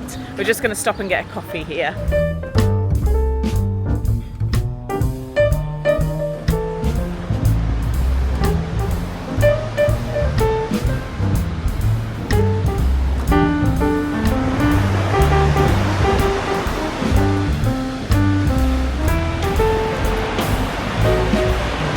Right, we are now at the car park for the 12 Apostles, and I knew that this place would be popular because this is like the iconic spot of the Great Ocean Road, but I was not expecting it to be like this. There is like a dedicated helipad and even a dedicated line of helicopters for the 12 Apostles. There is a whole shop and kiosk at the car park, got a cafe in there, toilets that are blocked off. And you have a choice of 2 hikes that you can do. I would have wanted to do the Gibson Steps, but it is closed at the moment. And so we are just going to do the 12 Apostles Lookout, which from the car park is just 1 kilometre, 15 to 30 minutes, flat and even surface. Lovely. What you can always guarantee from my channel is just showing you what it's really like in places. I'm not going to sugarcoat things if I don't think that they are particularly special. The commentary from Ben is rock number 1, rock number 2.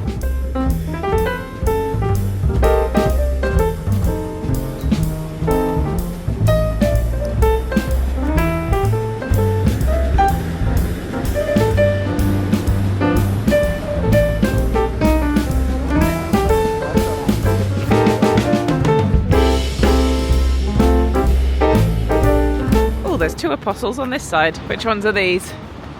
John and James. Am I thinking of the disciples? What's it?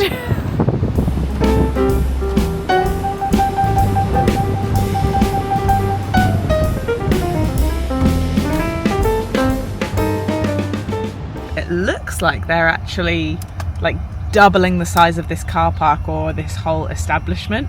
So the area of the 12 Apostles is gonna get a whole lot bigger, which is kind of crazy because it's already like quite a big establishment, but I guess it just shows that the popularity for this place just continues to increase.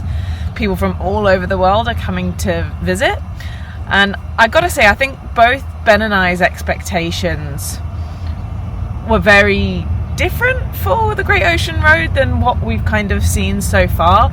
In my head, for some reason, I was expecting something similar to the Amalfi Coast in Italy, kind of like driving and like being able to see the ocean as we drive along. Maybe we just haven't got to that part yet. Also, for some reason, I just didn't quite know how busy it was going to be, but that's okay. You come to visit these places to learn these things. They're still very beautiful views.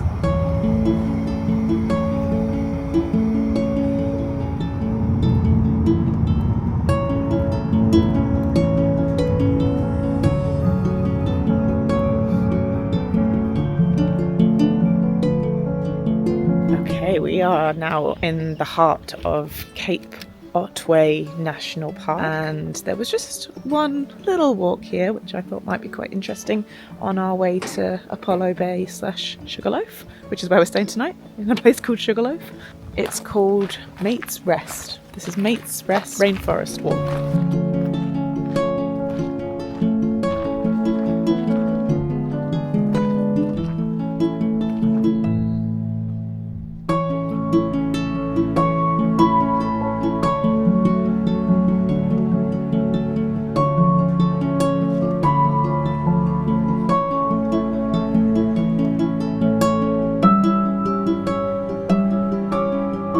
Mate's Rest is one of the only remaining cool temperate rainforests in Cape Otway National Park.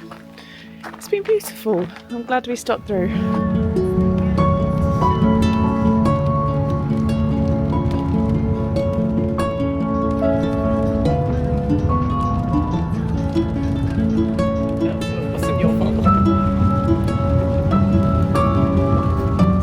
I stand corrected. We've now reached the point of the Great Ocean Road, which looks, even in the rain, looks as I was expecting it to look, like we're driving right by the ocean.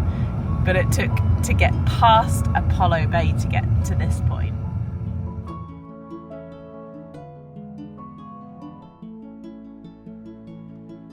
We were going to be camping tonight. We kind of wanted to camp all the way along the Great Ocean Road. However, as you may have been able to tell from those shots of the driving, the weather's pretty shocking, and it's supposed to be really bad overnight, rainy, really high winds, and so we were like, maybe it's not the best idea to camp tonight. But the reason that we were going to camp is obviously to save money, so we were like, right, okay, well, if we're not going to camp, we at least want to just stay in super cheap accommodation because we're saving money here. So I found the cheapest accommodation I could that was in the Great Ocean Road area, and we're in the little village of Sugarloaf, and the hotel that we're at, if it's called a hotel, I don't even know what it's called, is called Seacroft Estate. They have all these rooms and they were all $75 each, and I found it on Airbnb. It's self-check-in, and this is our room. We're in room 12. How cute is this? So we've got a king-size bed, we have a little mirror there, we've got towels. It feels very clean in here. Looks like we have a little heater in the corner too. There is a shared dining area. Absolutely beautiful view. It's also set on a farm. There's alpacas, there's cows all in the field there. This is the shared dining area and lounge area. Wow. Oh my gosh, this is beautiful. What? No way. How? This is stunning. And there's table tennis. I think there's a proper kitchen here as well, which we can use. Gosh, very pleased with this. No way. Oh my goodness, it's huge. We've got a really nice, clean cooking area. 2 big fridge freezers. Massive stove set up. And we've even got a rice cooker. We actually do want to make rice this evening. We're going to have a Mexican. Okay, we're going to bring all of our things in. I can hear that the rain's coming.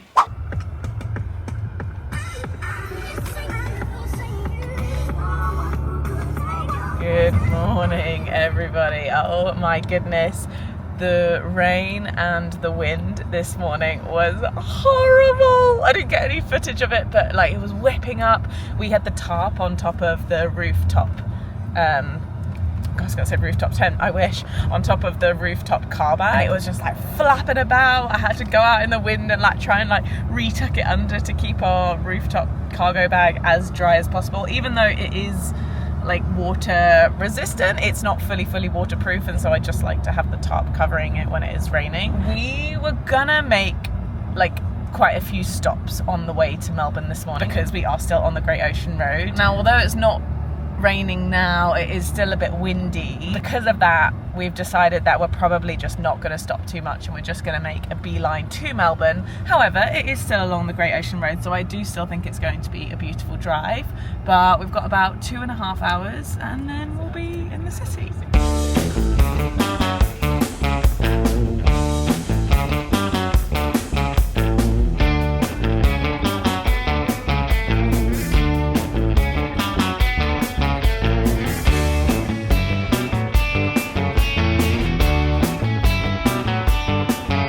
stretch of road from Sugarloaf to Leeuwin was by far the most beautiful on the whole Great Ocean Road. I wish we had just known that before feeling quite hard done by the day before. And I don't know if this is a hot take, but all the iconic stops we made yesterday we found to be quite underwhelming and overhyped, to be completely honest. Maybe that's what driving across Australia will do to you though, that when you arrive at the Great Ocean Road you realise it's not actually the highlight of your whole road trip, like what the media makes you think might be the case. My personal highlight of this part of the road trip was Great Otway National Park and the cool rainforest. I'd love to do more hiking in this area. Oh my god, it feels surreal! We're in our car driving through Melbourne!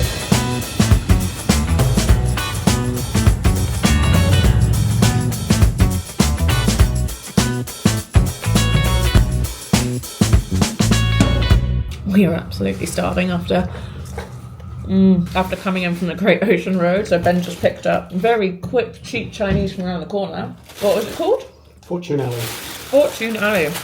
What did you get? It's supposed to be noodle.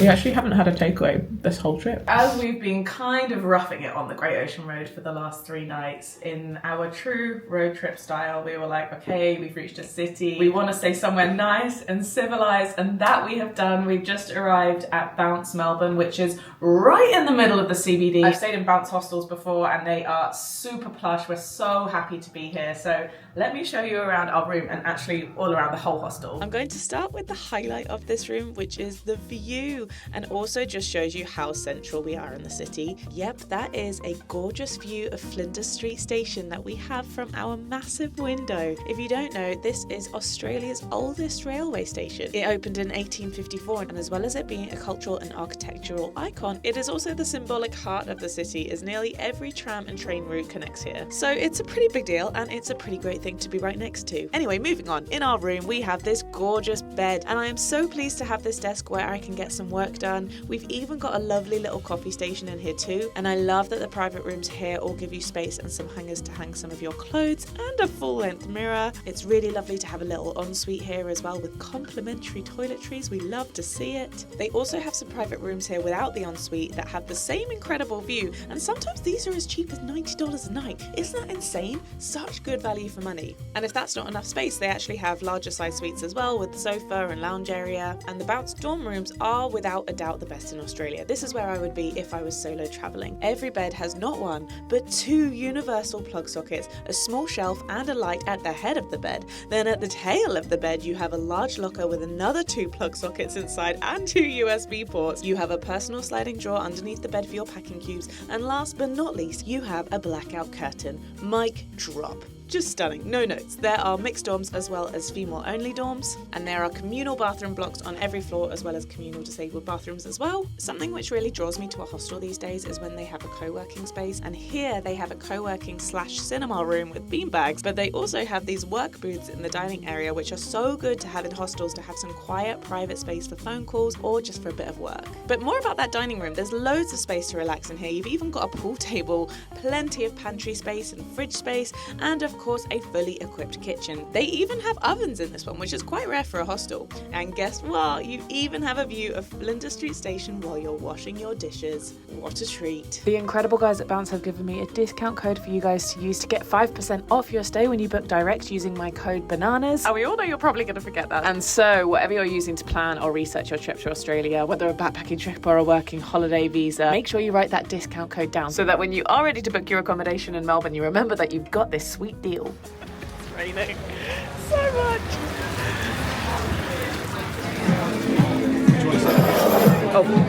I think that one of the best ways to find cheap eats is looking at what the specials are each day in particular places in town. So Ben found this spot called the Public Bar. Super central, only a 5-minute walk from our hostel, and they do a $25 steak and fries or steak and frites. Oh, we got some mushroom sauce as well. We did pay a little bit extra for that. This is absolutely stunning. And so $25 is like £12. And I feel like normally with these kind of deals, they will be with those minute steaks, like the really thin steaks. But this is a big, fat, juicy steak. You could decide how you wanted it cooked. So obviously medium rare. It's a 300 gram O'Connor's porterhouse.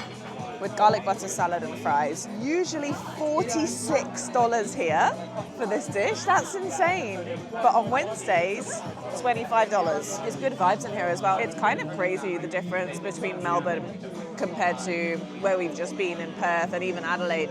It's so much vibier here. There's like a proper nightlife, evening scene, which I feel like you don't massively see in Perth. Definitely not in the CBD at least. And Ben made the good point of saying that's because people actually live in the CBD here, whereas in cities like Perth, everyone lives outside of the city. And so after the workday's finished, everyone just goes home and leaves, whereas that's kind of when Melbourne really comes alive.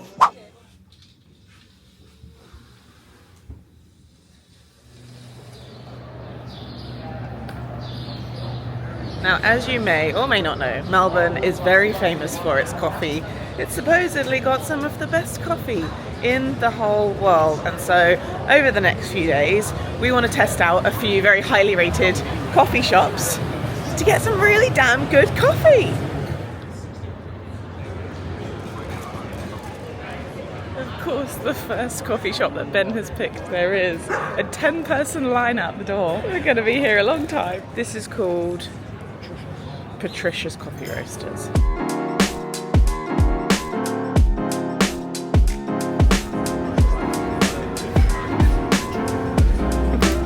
Oh, here it is.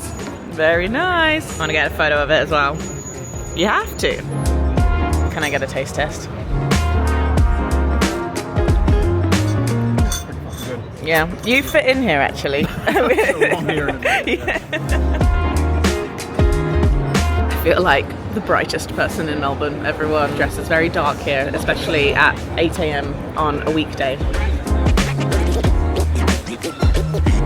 Very nice. We asked for the Nicaragua beans. Well, that's what she recommended to us at least. She asked if we wanted Nicaragua or Ethiopia.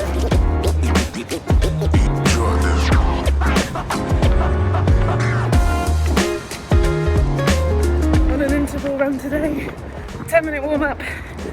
3 times 8-minute tempo pace. Whew. Like right now, and 10-minute cool down. Just kind of making random turns, but most of this is on the Yarra River. Beautiful, look at this.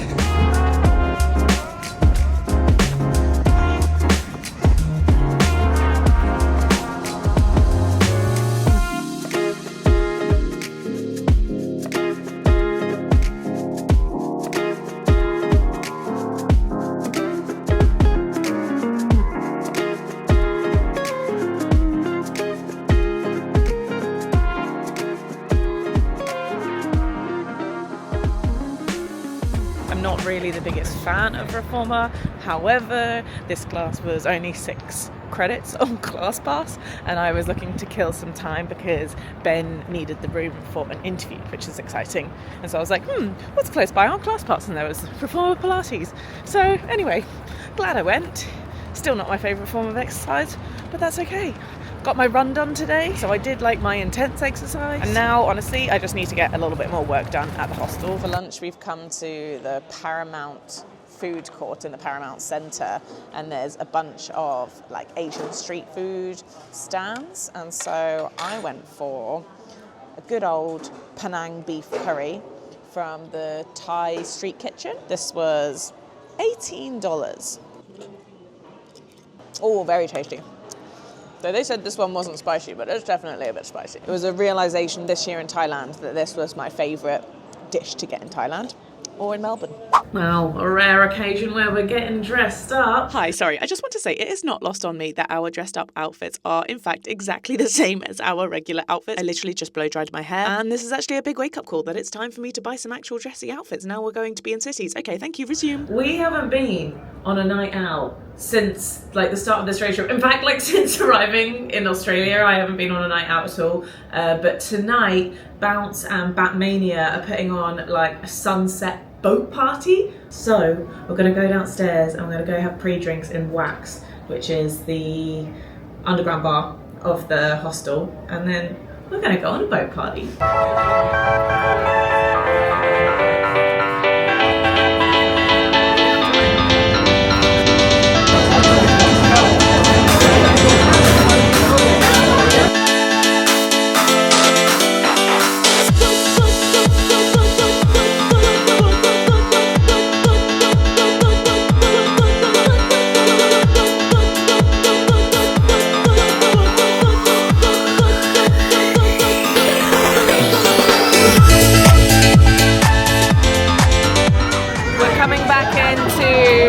the harbour now. How beautiful is Melbourne at night?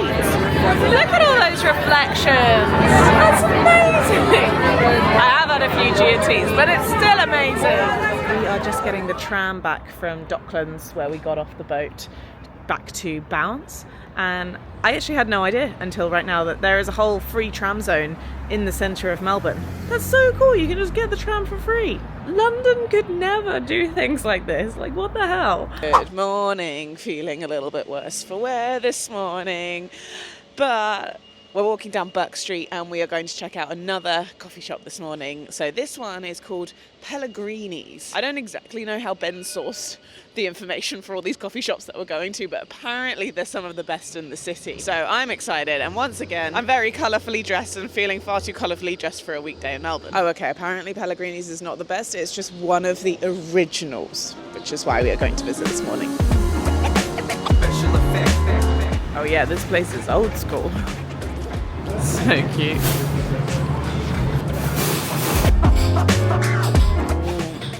Ben ordered what he asked was their best recommendation, and it is the apple strudel. Thoughts? Good. Ben is Austrian, so, well, Austrian blood, so he's very happy about this.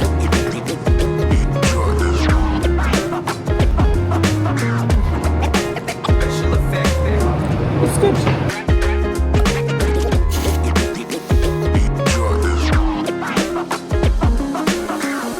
Still on the trend of having oats almost every single morning. I'll be honest though, in Australia I haven't found oats that I like even a fraction as much as I liked the protein Quaker oats back in the UK. But these are Uncle Toby's and they're fine. I also tried the Muscle Chef protein oats as well, and whilst there was a lot of protein in there, I didn't like those at all. So I'm still finding the right oat sachets that I like, because I do find these sachets, especially when on the road, so handy as opposed to the big bag of oats, which I do have as well, but you know, when we're just here, there and everywhere, the sachets are just so much easier.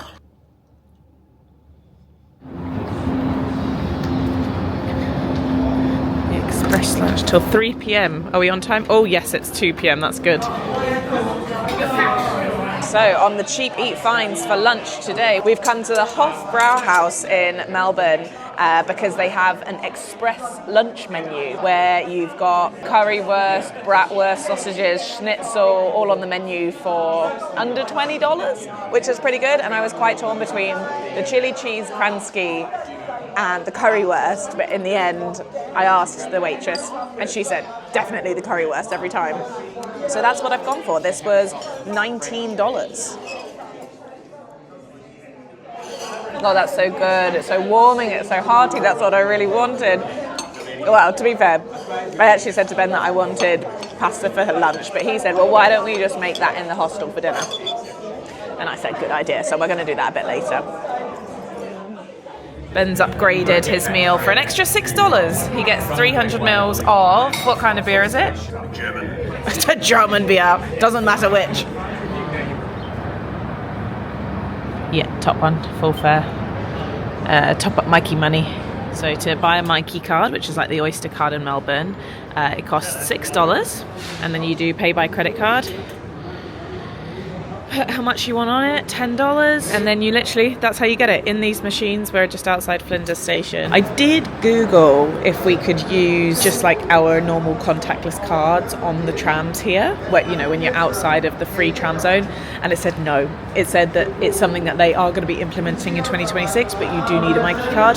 So that's why we're getting them, because we're just heading to St Kilda to see the end of the scavenger hunt that Bounce have put on today, and I'm also going to need the Mikey card to go to Albert Park tomorrow morning for the Parkrun.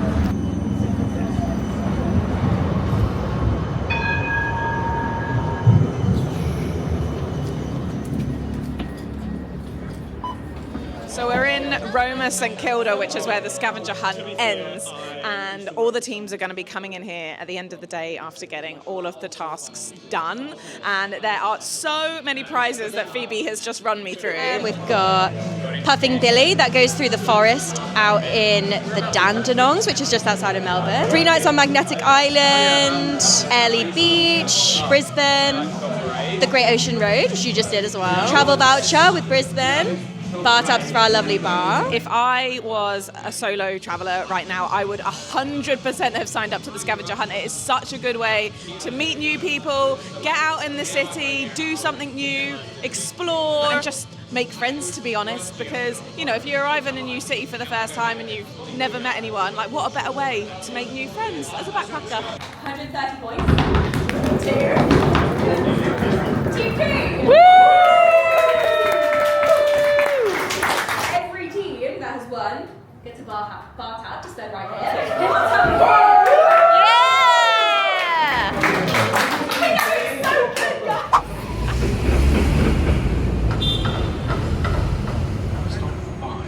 Yeah! Even though we said we weren't going to go out last night, we got invited to a beautiful Greek restaurant after the scavenger hunt called the Golden Fleece. It was amazing, and I had like 5 wines. But I have already committed to doing the Parkrun this morning. So I've been up at 6:30 and I'm heading on the tram now to Albert Park, and my training ready list says 1. Yep, it says that my sleep quality last night was poor and that it was short, even though I felt like I kind of got some sleep, so it's not going to be a PB Parkrun today, but I'm looking forward to it, and the weather is beautiful. It's cold, but it's like a crisp blue clear day. I got a little coffee, little takeaway one from Cafe Andiamo on the Graves Street this morning, and it was a very good one. I very much enjoyed that. I got a double strength small flat white, and now I have arrived at Albert Park. Oh my gosh, it's so beautiful here. What an amazing spot for a parkrun on a sunny Saturday morning. This is one of the reasons that I bloody love coming to do parkrun, you know, because like it forces me to get up and out of bed and come somewhere new, come somewhere nature and explore where I might not have explored. And on a day like this, Ben is still in bed because he is not a runner, but I am going to be meeting my friend Megan here, who's actually been doing a similar route to us but a few days behind, but she is going to be in Melbourne this morning, so I need to go find her. She's in a camper van, so let's see if she's managed to find a car parking space here.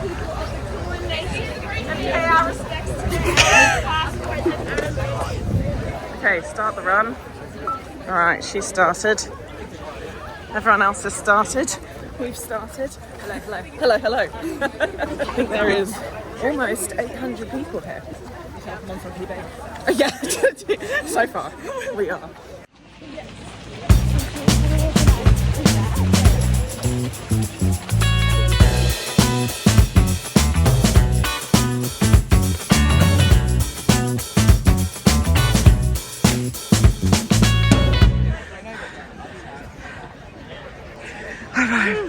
Good job!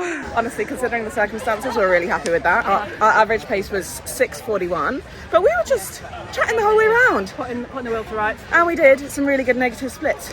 We started at like 7:20 or something, but that was when we were surrounded by so many people. And then we ended with a split under 6 minutes. Very, very happy with that. What was the actual time? Let me have a look. Actual time, 33 minutes and 31 seconds. That's not awful. That's not awful. That's pretty good. 678. Woohoo! We've come to Chiki Chiki in Chinatown, and they've actually just opened this store. It's not even on Google Maps yet, but the other one had 4.7 stars. So, gone for chicken katsu curry today for $16.80. I'd say that's a pretty good cheapie.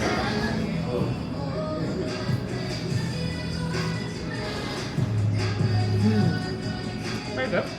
I've just come to the State Library in the middle of Melbourne Central, and it's gorgeous here. Feels like a super iconic place to come, and I am getting some work done because I've had a revelation recently that libraries are such a good space to work. I had this revelation in Warrnambool, and here I am in another library in Melbourne.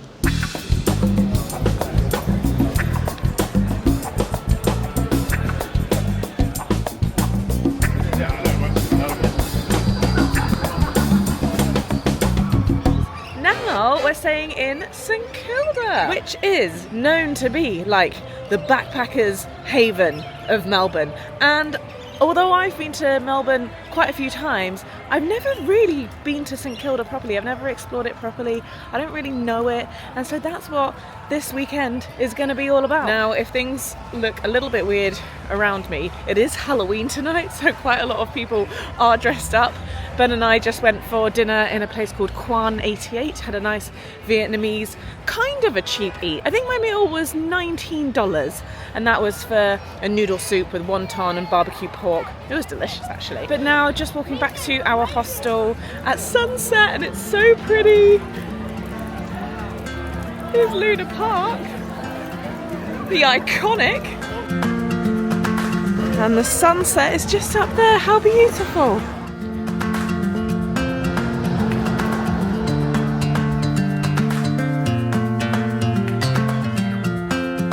Right now it's probably like 18 degrees. Like, Melbourne weather is just so up and down, and it's been pretty cold over the last few days, but on Sunday it's going to be 30 degrees. I'm so excited.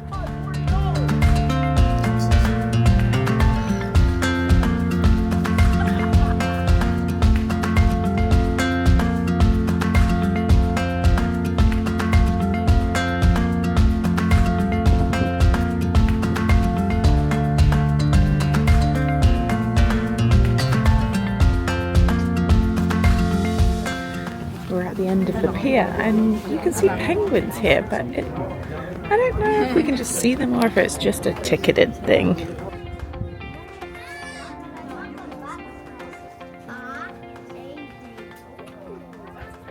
We are staying at Roma St Kilda, and like I mentioned, it was Halloween and they were having a fun pre-drink party in the hostel. I love how much they decorated the place. They even had a flash tattoo station. It was pretty wild, actually. I don't think I was ready for any flash tattoos that day. And let me show you around this whole hostel. Roma St Kilda is in the same group as Bounce Melbourne, so I was stoked to stay here because the standard of these hostels is just one above the rest of basically all the others in Australia. We were staying in one of their suites, which had a nice big king bed and lounge area. I love that the rooms always come with a dedicated workspace area, as well as having coffee making facilities. They also always have wardrobe hanging space, as well as a full-length mirror. Hallelujah! In the ensuite, we also have a full set of toiletries included, which they even have in the dorm rooms and communal bathroom blocks here at Roma. But speaking of communal areas, there are so many spots to hang out in Roma, including their co-working space, which as a digital nomad girly, I obviously love, especially the phone booths. I really think more hostels should have these because it's so valuable to have in hostels a small, quiet, private space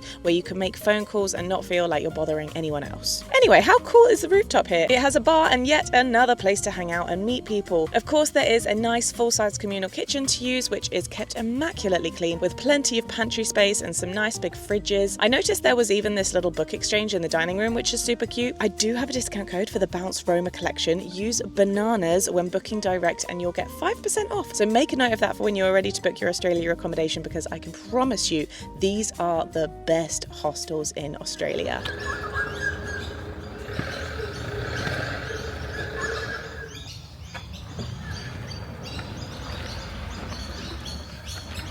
Good morning. It is Saturday morning, which means it's the Parkrun, and I've already done a Parkrun in Melbourne last week.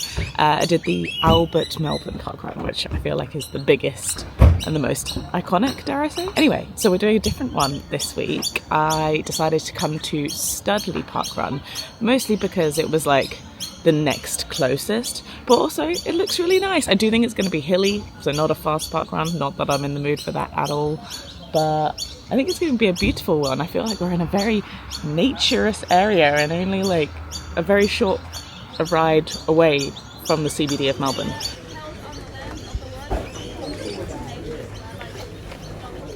We are setting off a trail run today because apparently that is what this is. There we go. I'm running with Megan today, and it's Megan's 200 park run. You don't get a t-shirt for that, but that's still wildly impressive.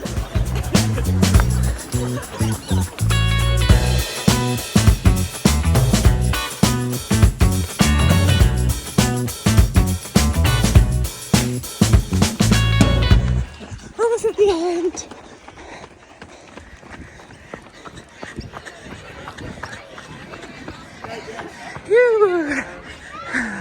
Okay, stay Thank you.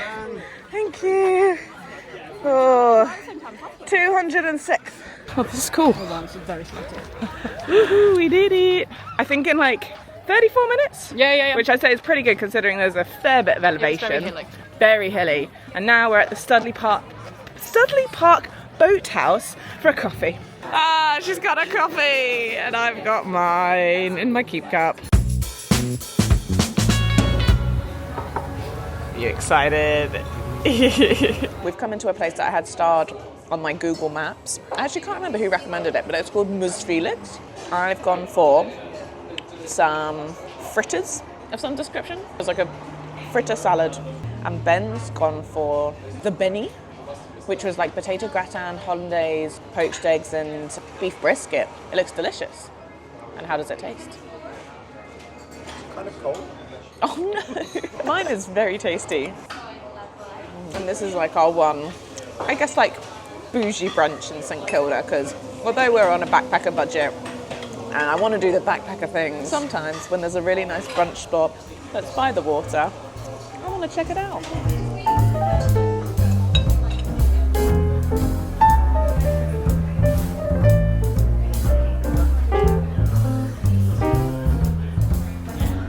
Going back to my backpacker roots right now, because we are making pasta for dinner in the hostel kitchen.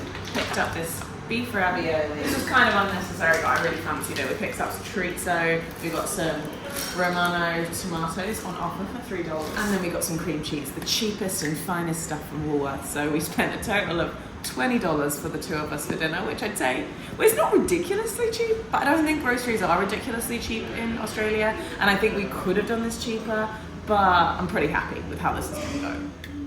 How's that for some backpacker grub in our room as well? There's a bar crawl going on tonight, the Batmania bar crawl, which I would have loved to have joined, but like, I don't know what it's been about this week, but it's just completely taken out of us. Maybe it's the whole road trip. We are completely shattered and just really needed a night in, to be honest. And we've got this huge big screen TV and we thought, you know what? Let's just have a night in and let's normalise that even if you want to be on a budget, want to be within the backpacking scene, you don't always need to be partying and drinking and going out, though that is very fun. And I hope to be back to do the Melbourne bar crawl another time.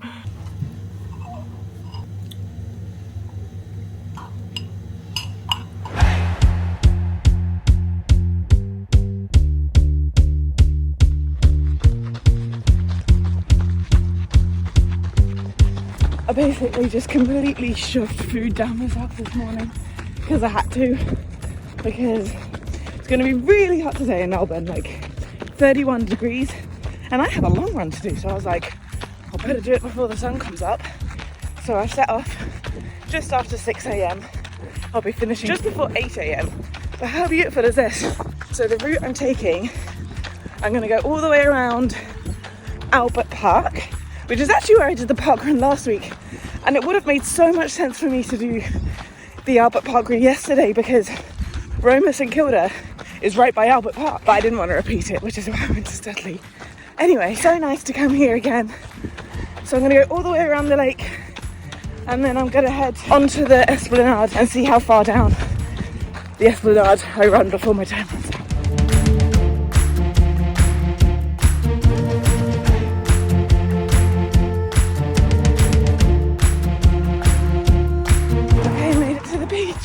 Really struggling today, feel very heavy, but I gotta keep going.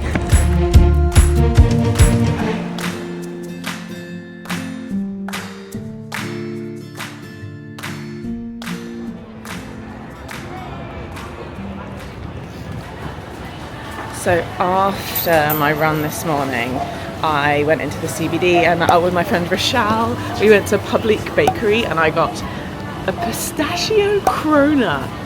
It was so good.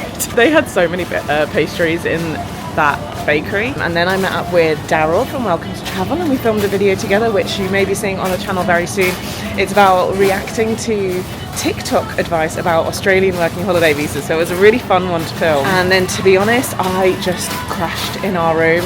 I had a nice little nap and it's still 31 degrees outside, and so I want to go to the St Kilda beach and sunbathe and maybe go for a swim, because this is the hottest day we've had on our whole road trip. Like, most days of this road trip I haven't even been able to go out with like a t-shirt on, and here I am with a t-shirt and it's going to be hot and I'm so excited. Just going to pick up some things in Woolies. Gonna have a picky bits dinner. That sounds nice, doesn't it? And I'll show you some of my favourite picky bits to get. So first of all, the honey and pistachio cream cheese. 100% favourite cream cheese. Paired with, okay, these are bougie and you can get crackers way cheaper than these. These are $3.50, but they're very good and a very good pairing for that cream cheese. Does sushi count as picky bits? Well, it does today. Oh, we've got to get a hummus snack pot. I like the high protein one, and it looks like it's on a small offer. $3.60 for this.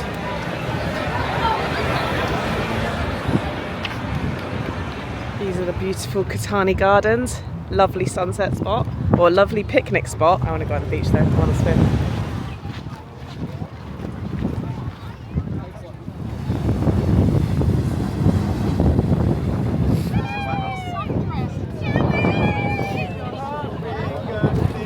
It is busy here down the end of the pier, but there's a proper vibe going on. I'm not sure I'm ready to dive in. We shall see if that happens. Do